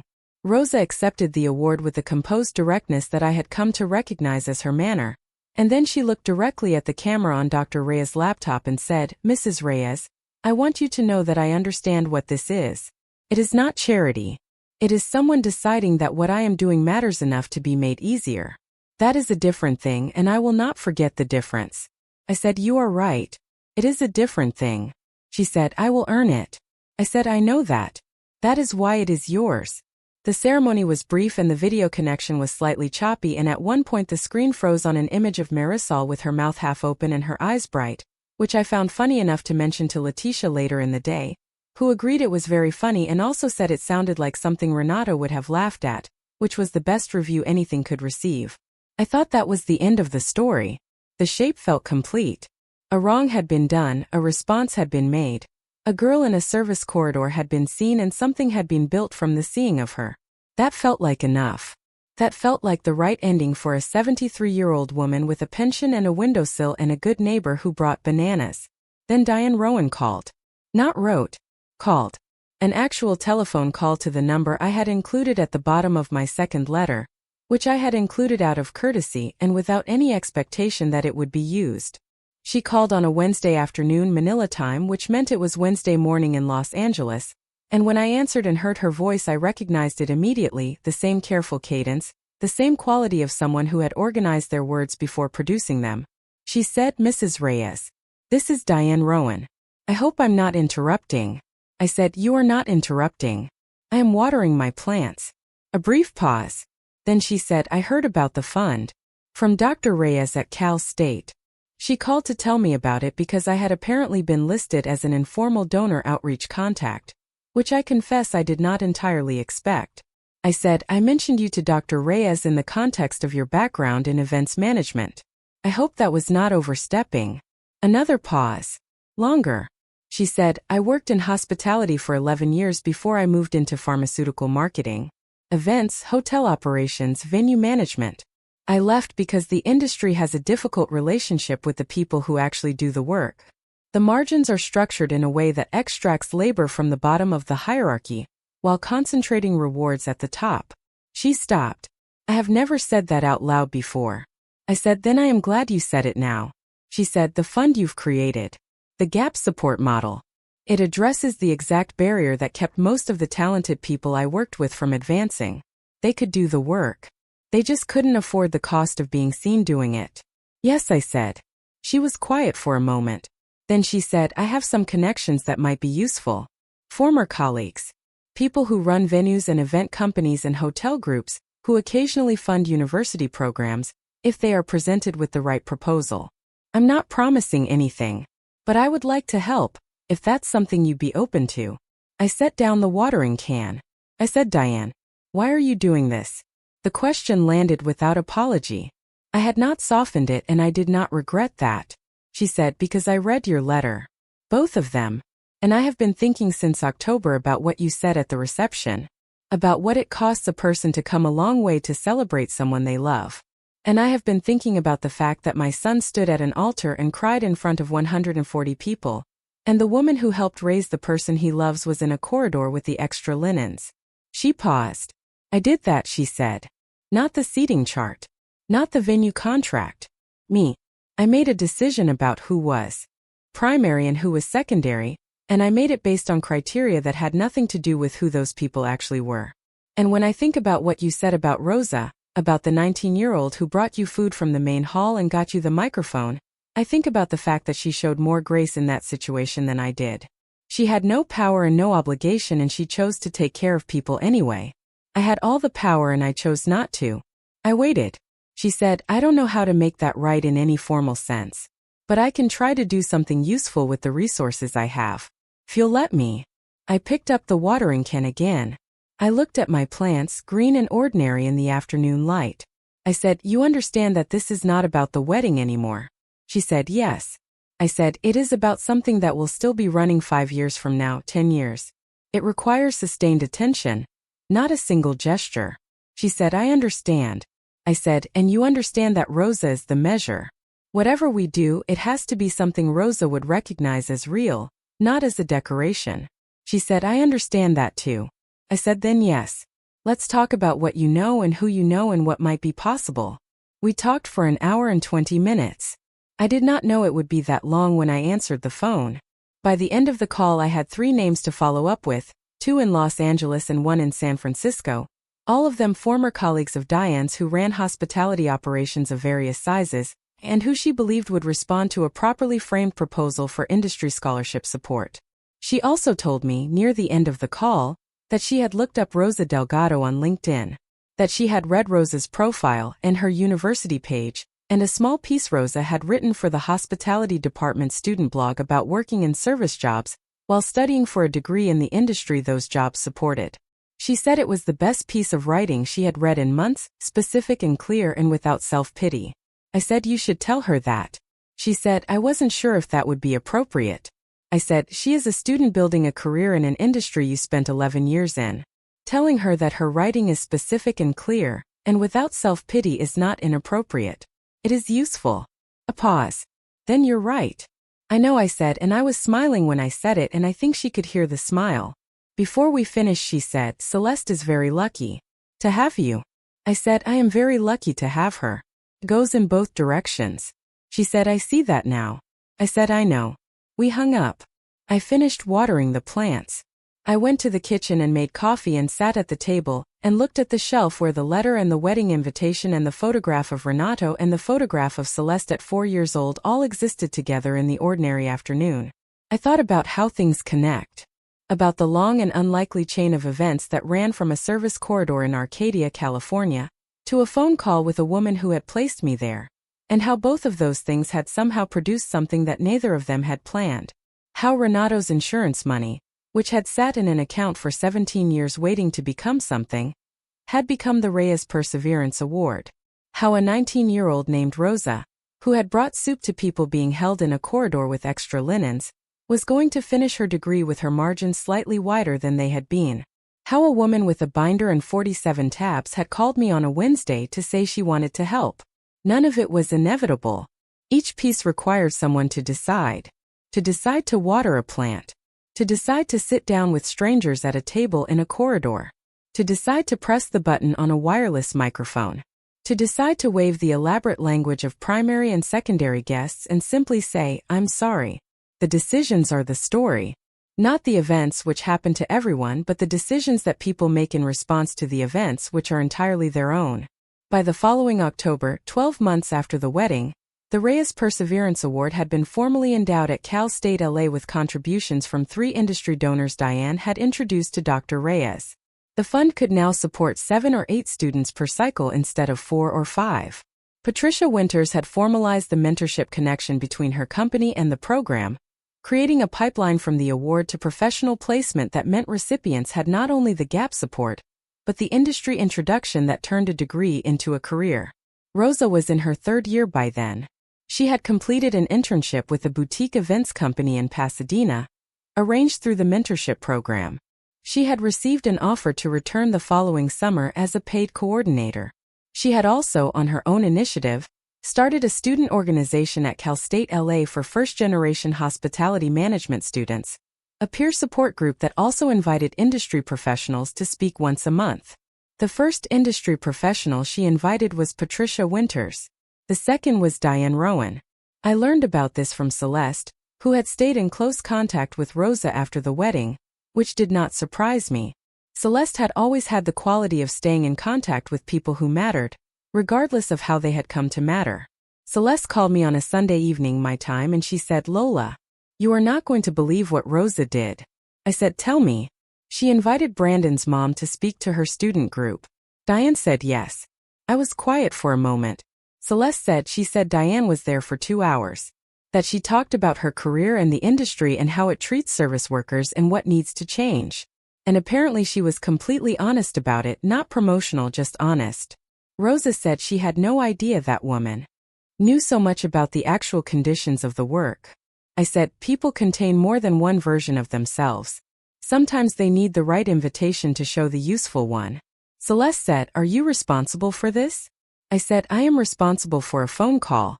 What happened after is Rosa's doing and Diane's. I only opened the door." Celeste was quiet for a moment. Then she said, "You opened several doors, Lola. From a service corridor." I said, "I opened one. I pressed one button on one microphone because I was tired of being invisible. The rest followed from that. That is how it usually works." She said, "I want to come visit you. In Manila. Brandon and I have been talking about it. Maybe in the spring." My chest filled with something warm.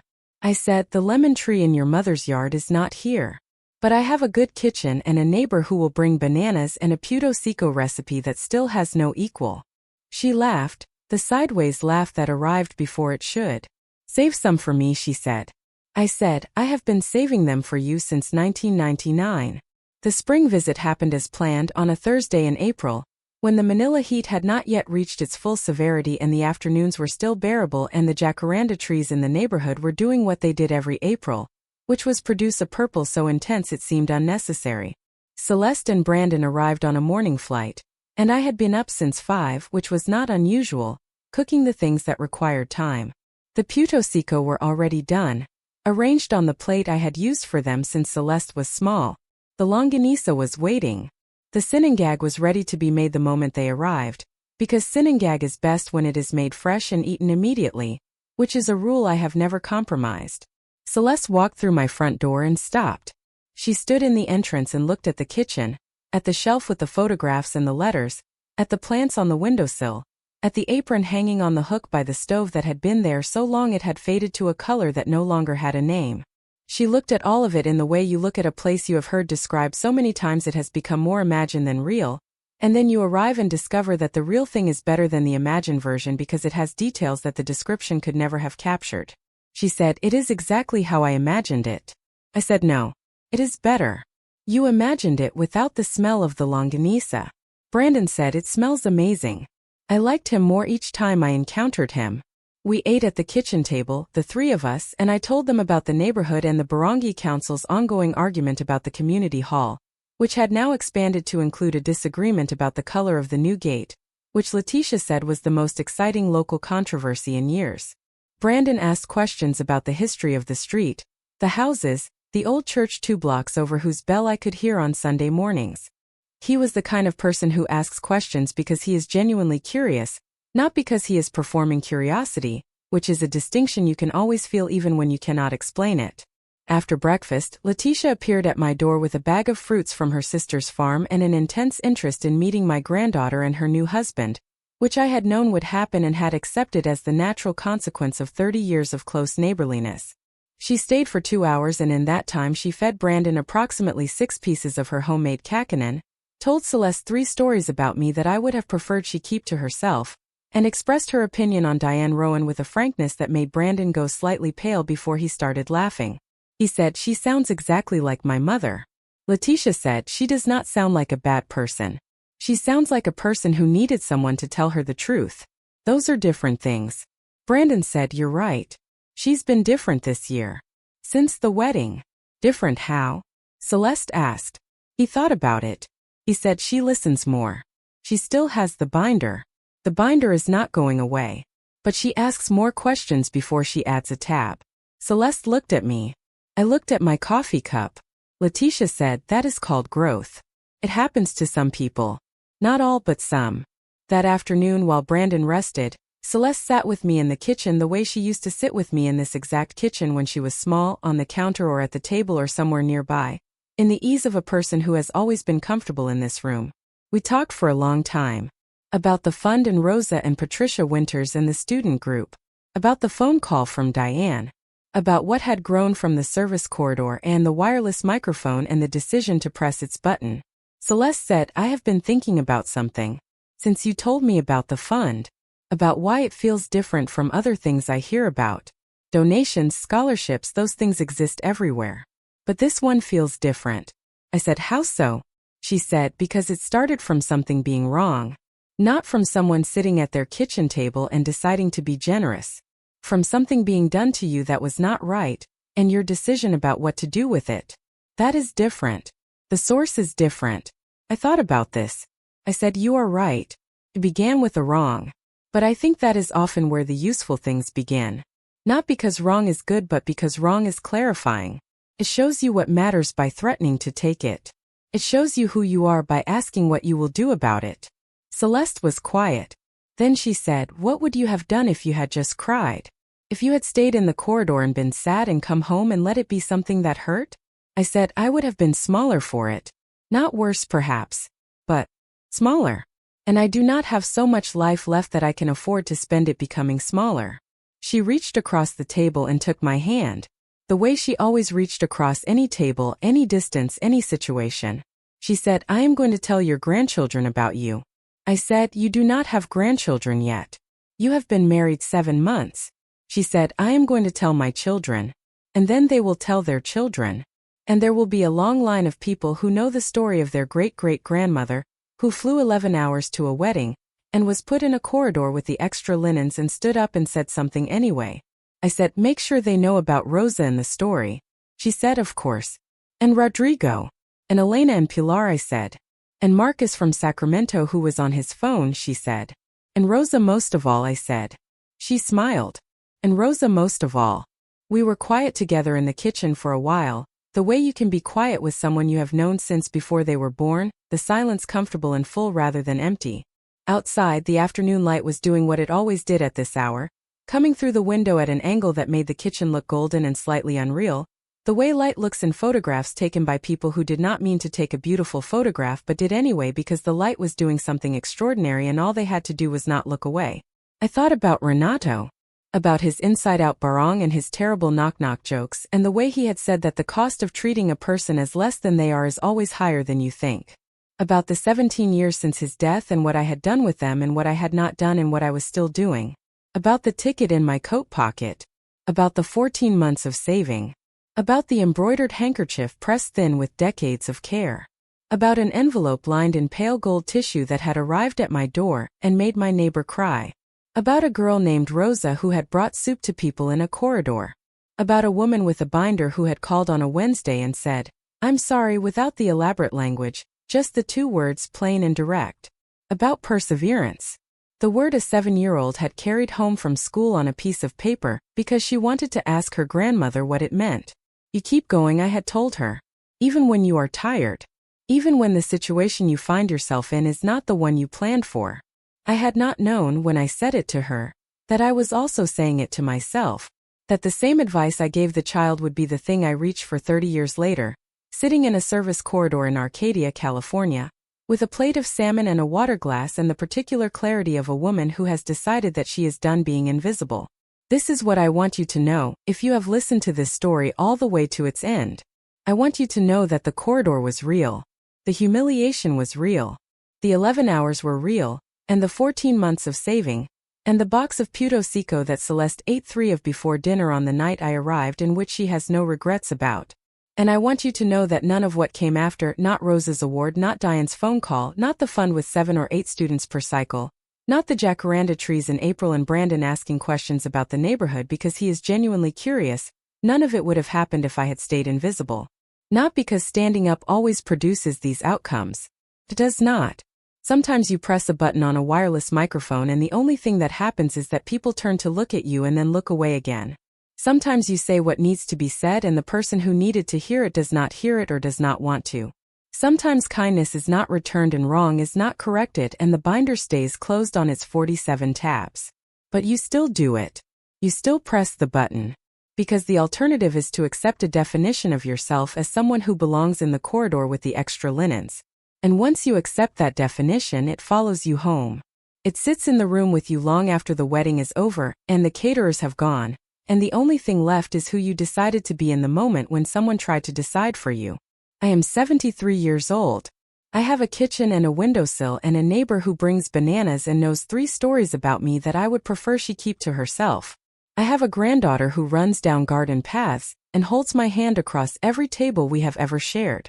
I have the photograph of Renato in 1979 and the faded apron and the cast iron pan that has made 10,000 meals and the recipe cards that will outlast me if I give them to the right people, which I am planning to do. I have a fund named for a word a child carried home on a piece of paper. I have everything I came for. And this is the part of the story where I usually say that the good people were rewarded and the difficult people received consequences and the world arranged itself into the shape it was always supposed to have. But that is not quite what happened. What happened is more ordinary and more real. What happened is that people who chose to see each other kept finding reasons to keep choosing. That a wrong was not erased but was responded to in a way that made something from it. That a woman who had built her life around a binder with 47 tabs found herself sitting in a university classroom for 2 hours talking honestly about an industry she had left behind. Because a student had asked her a genuine question, and she had decided to give it a genuine answer. That is not a perfect ending. It is better than that. It is a continuing one. Celeste came to the kitchen doorway that evening, while I was making dinner, and she leaned against the frame in the easy way she had leaned against door frames since she was old enough to reach them. She said, "Lola, when you die I want this kitchen." I said, "You live in California." She said, "I will ship it." I said, "You cannot ship a kitchen." She said, "I will find a way. I will put the whole thing in a container and bring it to Silver Lake and I will put it in my apartment and the neighbors will be very confused." I said, "The cast iron pan you can have now. I will give it to you before you leave." She straightened from the door frame. "The pan? That pan has made everything that has ever mattered in this family," I said. "It should go with you. It belongs where people are still cooking things that matter." She did not say anything for a moment. Then she said quietly, "Lola." "I know," I said.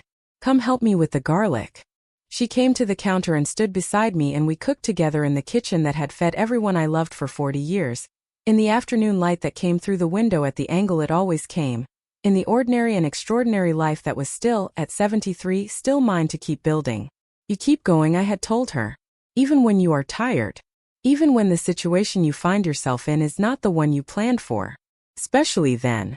There is a photograph on the wall of our apartment in Silver Lake that Brandon's mother has never commented on, which tells me more about how far she has come than anything she has actually said.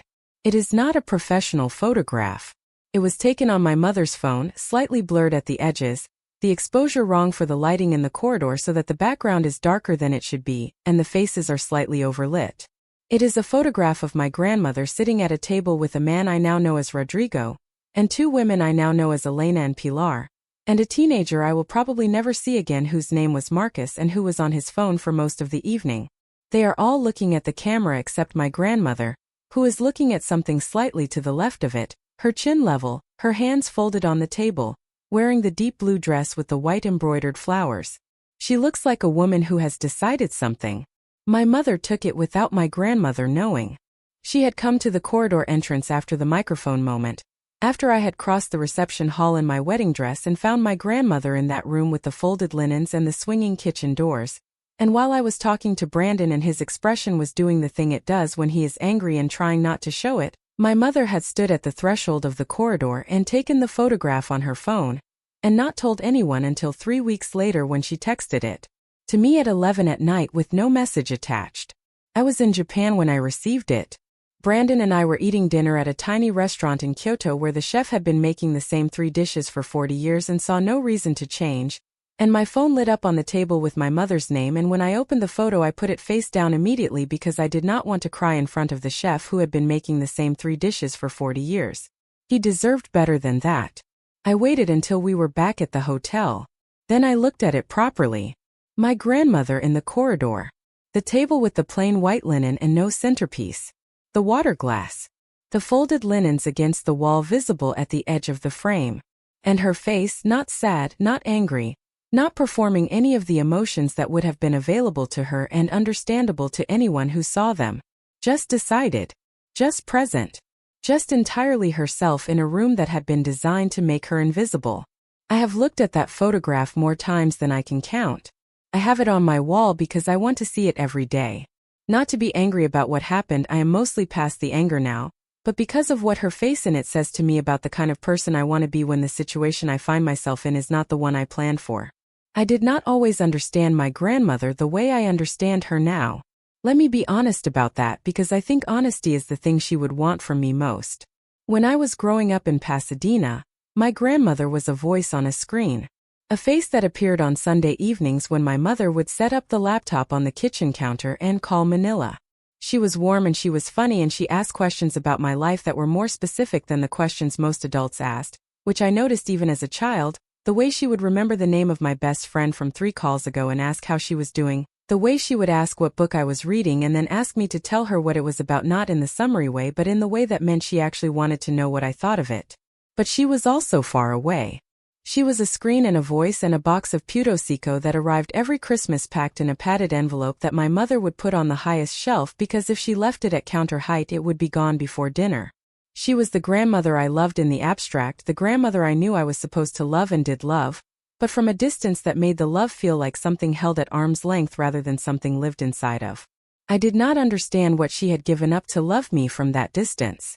What it cost her to be far away from us for 20 years while my mother built her life in California. What it meant to stay in Manila, in the house she and my grandfather had made, while her daughter raised children in a country 11 hours away.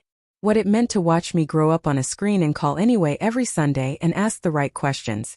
I did not understand any of that until the wedding. And I am ashamed to say that even the wedding, even the thing that happened with the seating, even the moment when I crossed the reception hall in my dress and found her in the corridor, I did not fully understand it then either. I understood enough to be angry. I understood enough to know that something had been done that required immediate correction.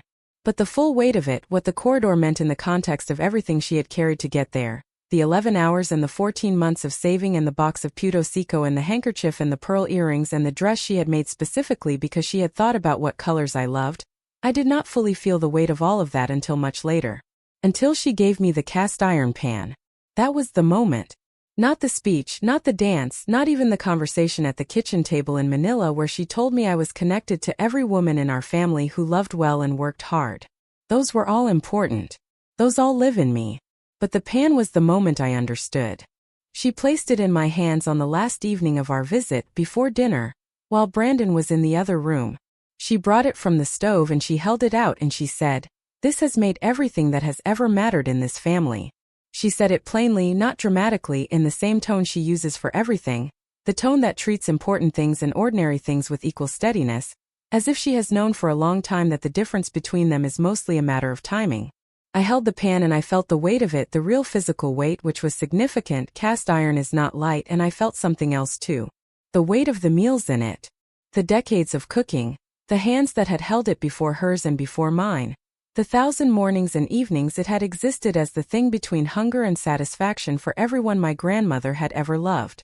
She had given me the most valuable thing in her kitchen. She had given it to me without ceremony. She had told me it belonged where people were still cooking things that matter, and then told me to come help with the garlic.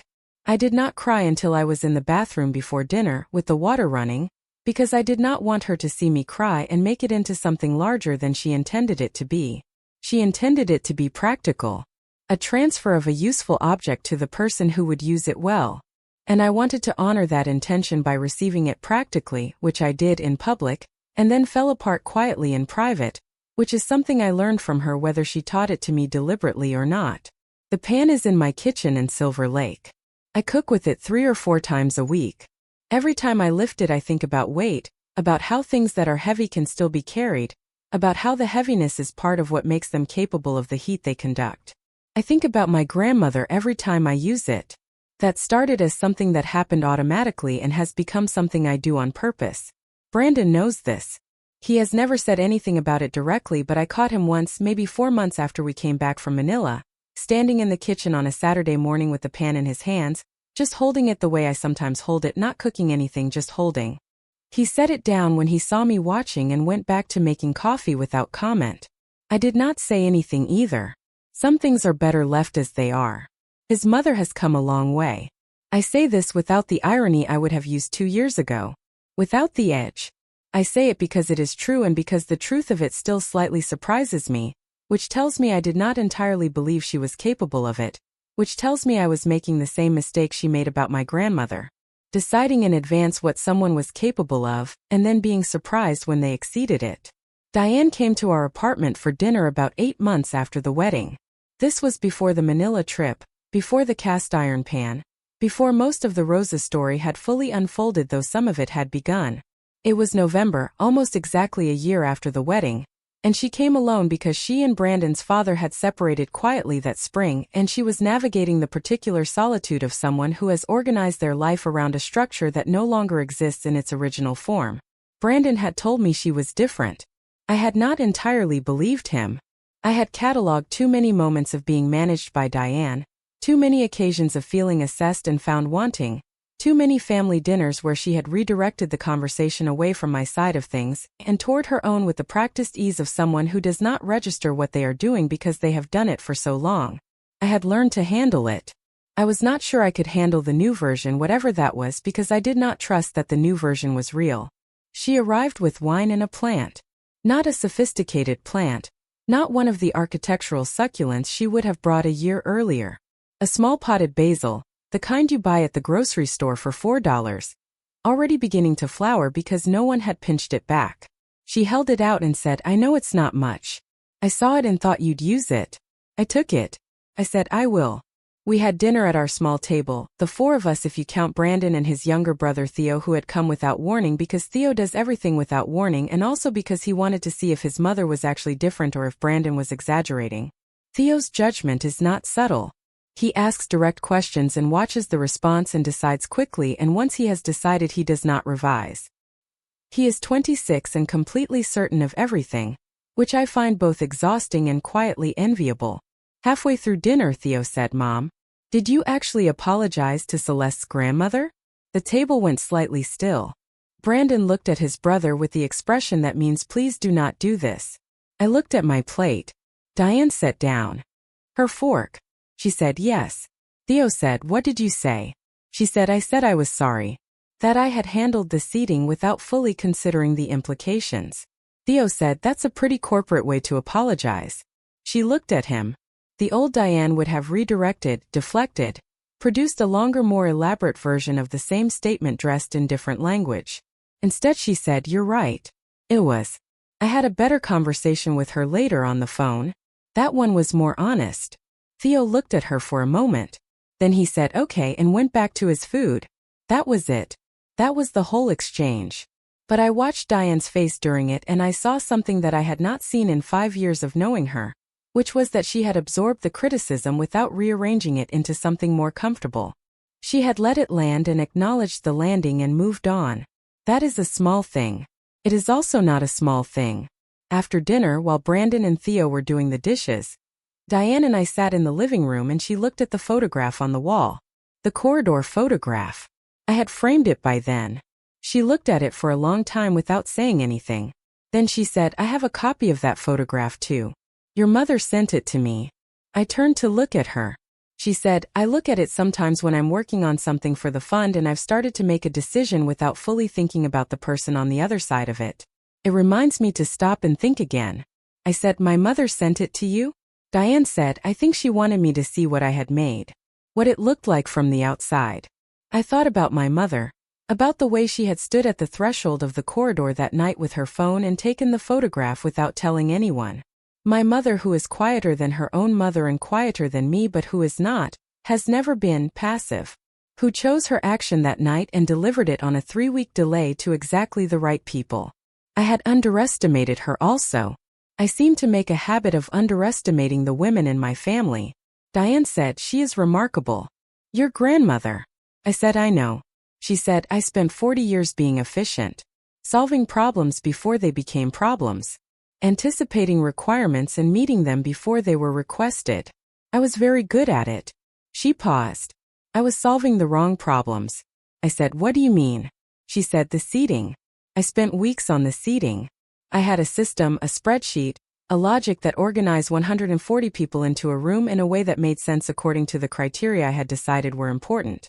Professional relationships, social dynamics, who would talk to whom and what conversations would benefit Brandon's career."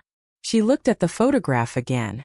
"I solved all of that very efficiently, and I left a 73-year-old woman who had flown 11 hours and saved for over a year in a corridor with a rolling cart."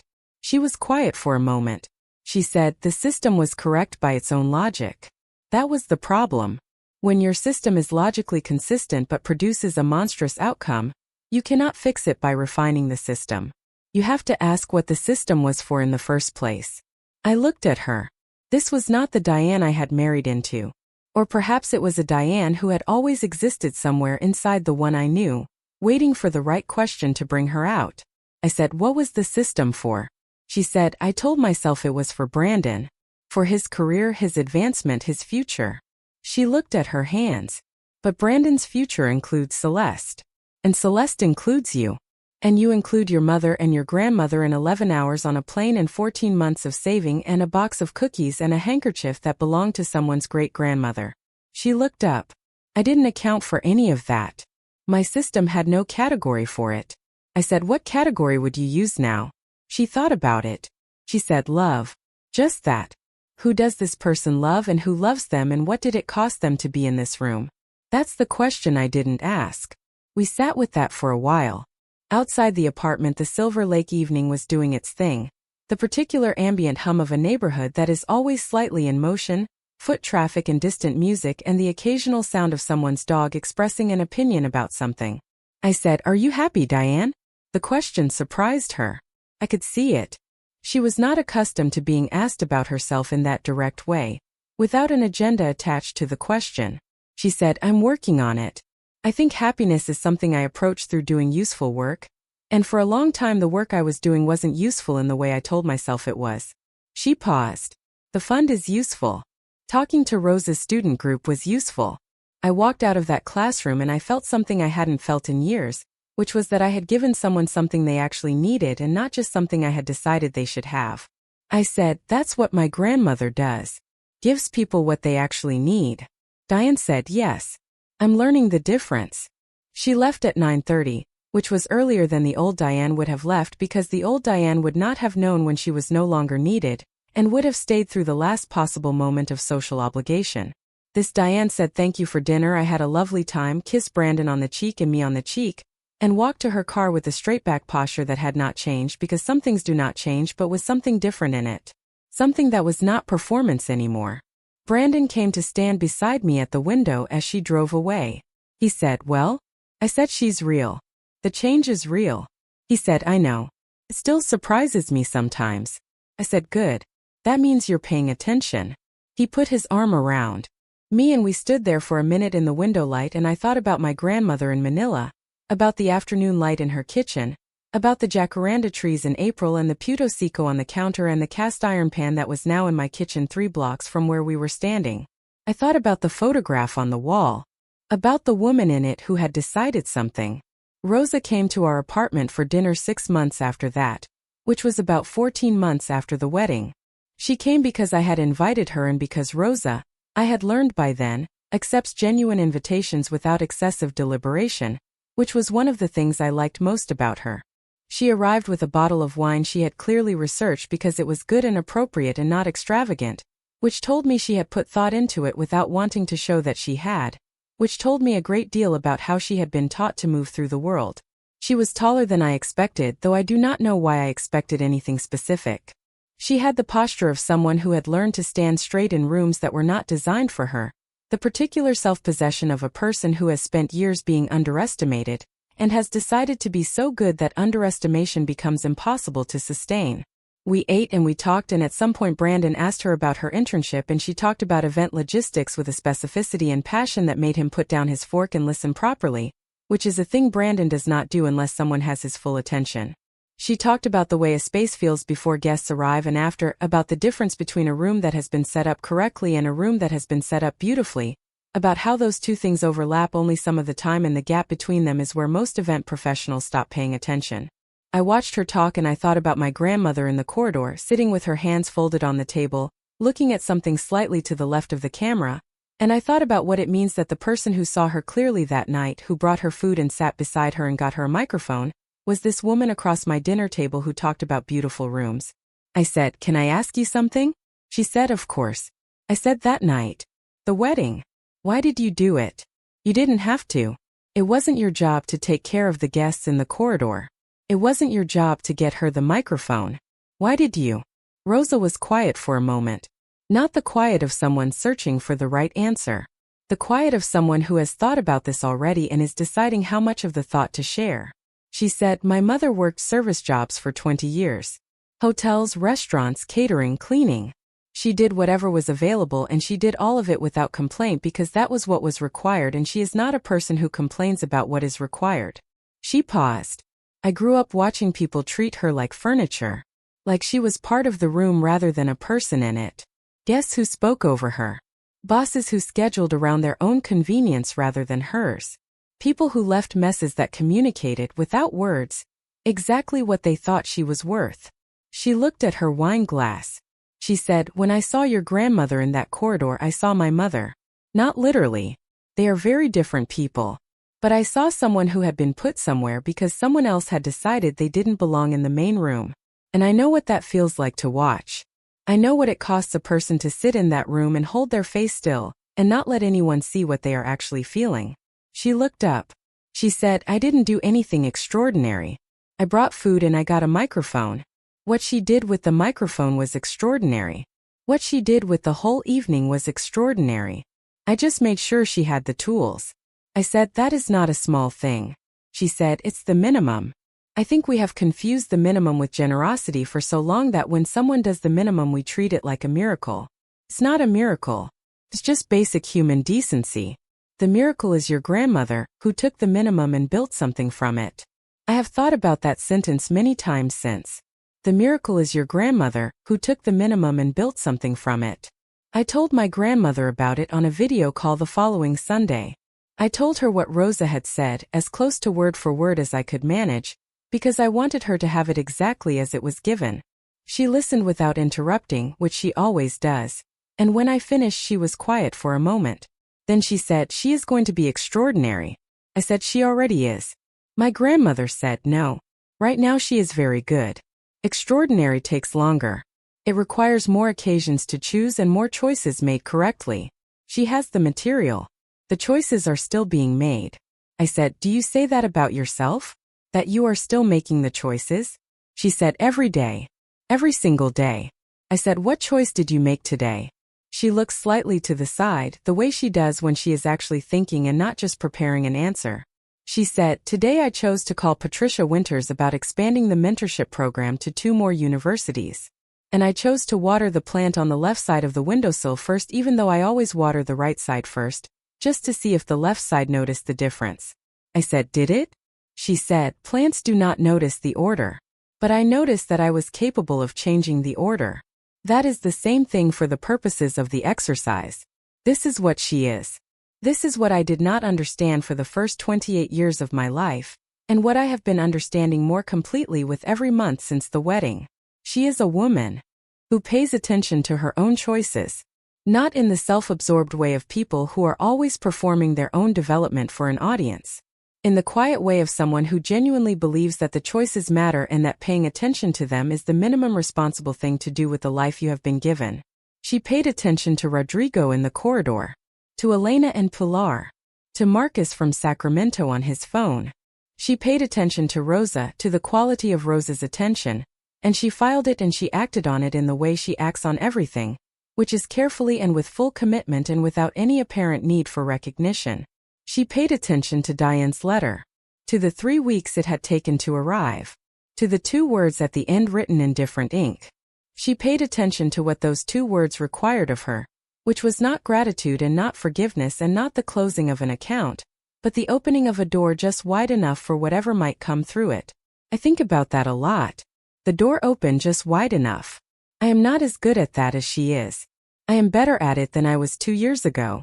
Brandon says he can see the difference, which might be true or might be something he says because he is the kind of person who notices improvement and names it, which is one of the reasons I married him. Diane and I have what I would describe as a real relationship now. Not warm exactly, not in the way my mother and I are warm, but real. She asks me questions and waits for the answers. She has stopped solving problems I have not asked her to solve. She came to our apartment twice more after that first November dinner, and each time she was slightly more present than the time before, slightly less managed in the way she had always been managed, slightly more willing to let something land without immediately organizing it. She asked me once on the 3rd visit about the corridor photograph. Why I had framed it. Whether it was a reminder of what she had done. I said no. It is a reminder of what she did. What she chose. That is what I want on my wall. Not the wrong. The response to the wrong. Diane looked at the photograph for a long time. She said she looks like she has already decided. I said she had. That is the whole story in one expression. She had already decided who she was going to be in that room, and nothing that happened was going to change it. Diane said, "How do you learn to do that?" I said, "I think you practice. I think you make small decisions correctly for a long time, and then when the large decision arrives you already know how to make it."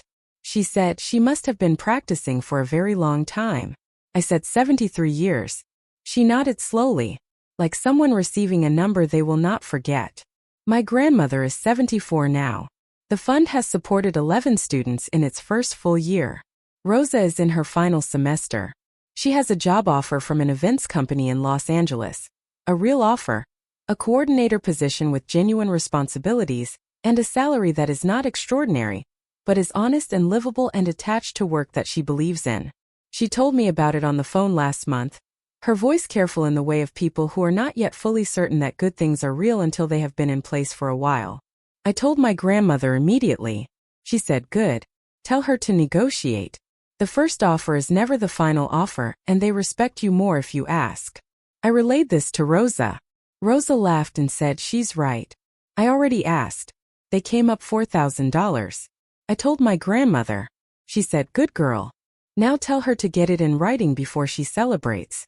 I am going to Manila again in the spring. Alone this time without Brandon, just me and my grandmother in her kitchen and the afternoon light and whatever she decides to cook and whatever we decide to talk about. Brandon said go. He said it the way he says things, he means completely, without elaboration. I am bringing her something. I have been thinking about what to bring for 3 months and I have not decided yet, but I am close. It needs to be something that travels well, which eliminates most food, and something that is specific rather than general, which eliminates most objects, and something that tells her what I want to tell her, which is that I understand now. Not fully, not the way you understand something after another 40 years of living, but the beginning of understanding. The first real layer of it. The layer that says, I see what you carried. I see what it cost. I see what you chose to do with the cost, and I am going to spend the rest of my life learning how to make that same choice. I do not know yet what object carries all of that. Maybe nothing does. Maybe that is what the visit itself is for. Sitting in the kitchen and cooking and talking and being in the room where she has always been most herself, the room where she made everything that matters, the room where the pan lived before it came to live with me. Maybe the thing I am bringing is just myself, arriving at the door before the car has fully stopped. Maybe that has always been enough. She told me once on a Sunday call when I was 7 years old and had just learned a new word, that perseverance means you keep going even when you are tired, even when the situation you find yourself in is not the one you planned for. I have been thinking about the second half of that sentence more than the first lately. The situation you find yourself in is not the one you planned for. I planned for a wedding. I planned for a ceremony in a church with amber light and a reception at an estate with olive trees and white lights and my family at the head table, and my grandmother beside me for all of it. I planned for a beautiful day that would begin well and end well and exist in memory as the day everything started. I did not plan for a corridor. I did not plan for the photograph on my wall or the cast iron pan in my kitchen. Or the fun named for a word, or Diane sitting in my living room learning the difference between efficiency and love. I did not plan for the version of my grandmother I understand now, the one who existed all along in the kitchen in Manila, and the Sunday calls and the boxes of puto seco and the embroidered handkerchief, but whom I did not have the eyes to see clearly until she stood in a doorway with a wireless microphone and refused to be invisible. I did not plan for any of it. And every single piece of it is the best thing that has happened to me. She keeps going. She has always kept going. And I am running as fast as I can to catch up with her. Thank you so much for watching until the end. If you love this story, check out the other videos on your screen now. I think you'll really enjoy them. And don't forget to subscribe if you haven't already. See you in the next story.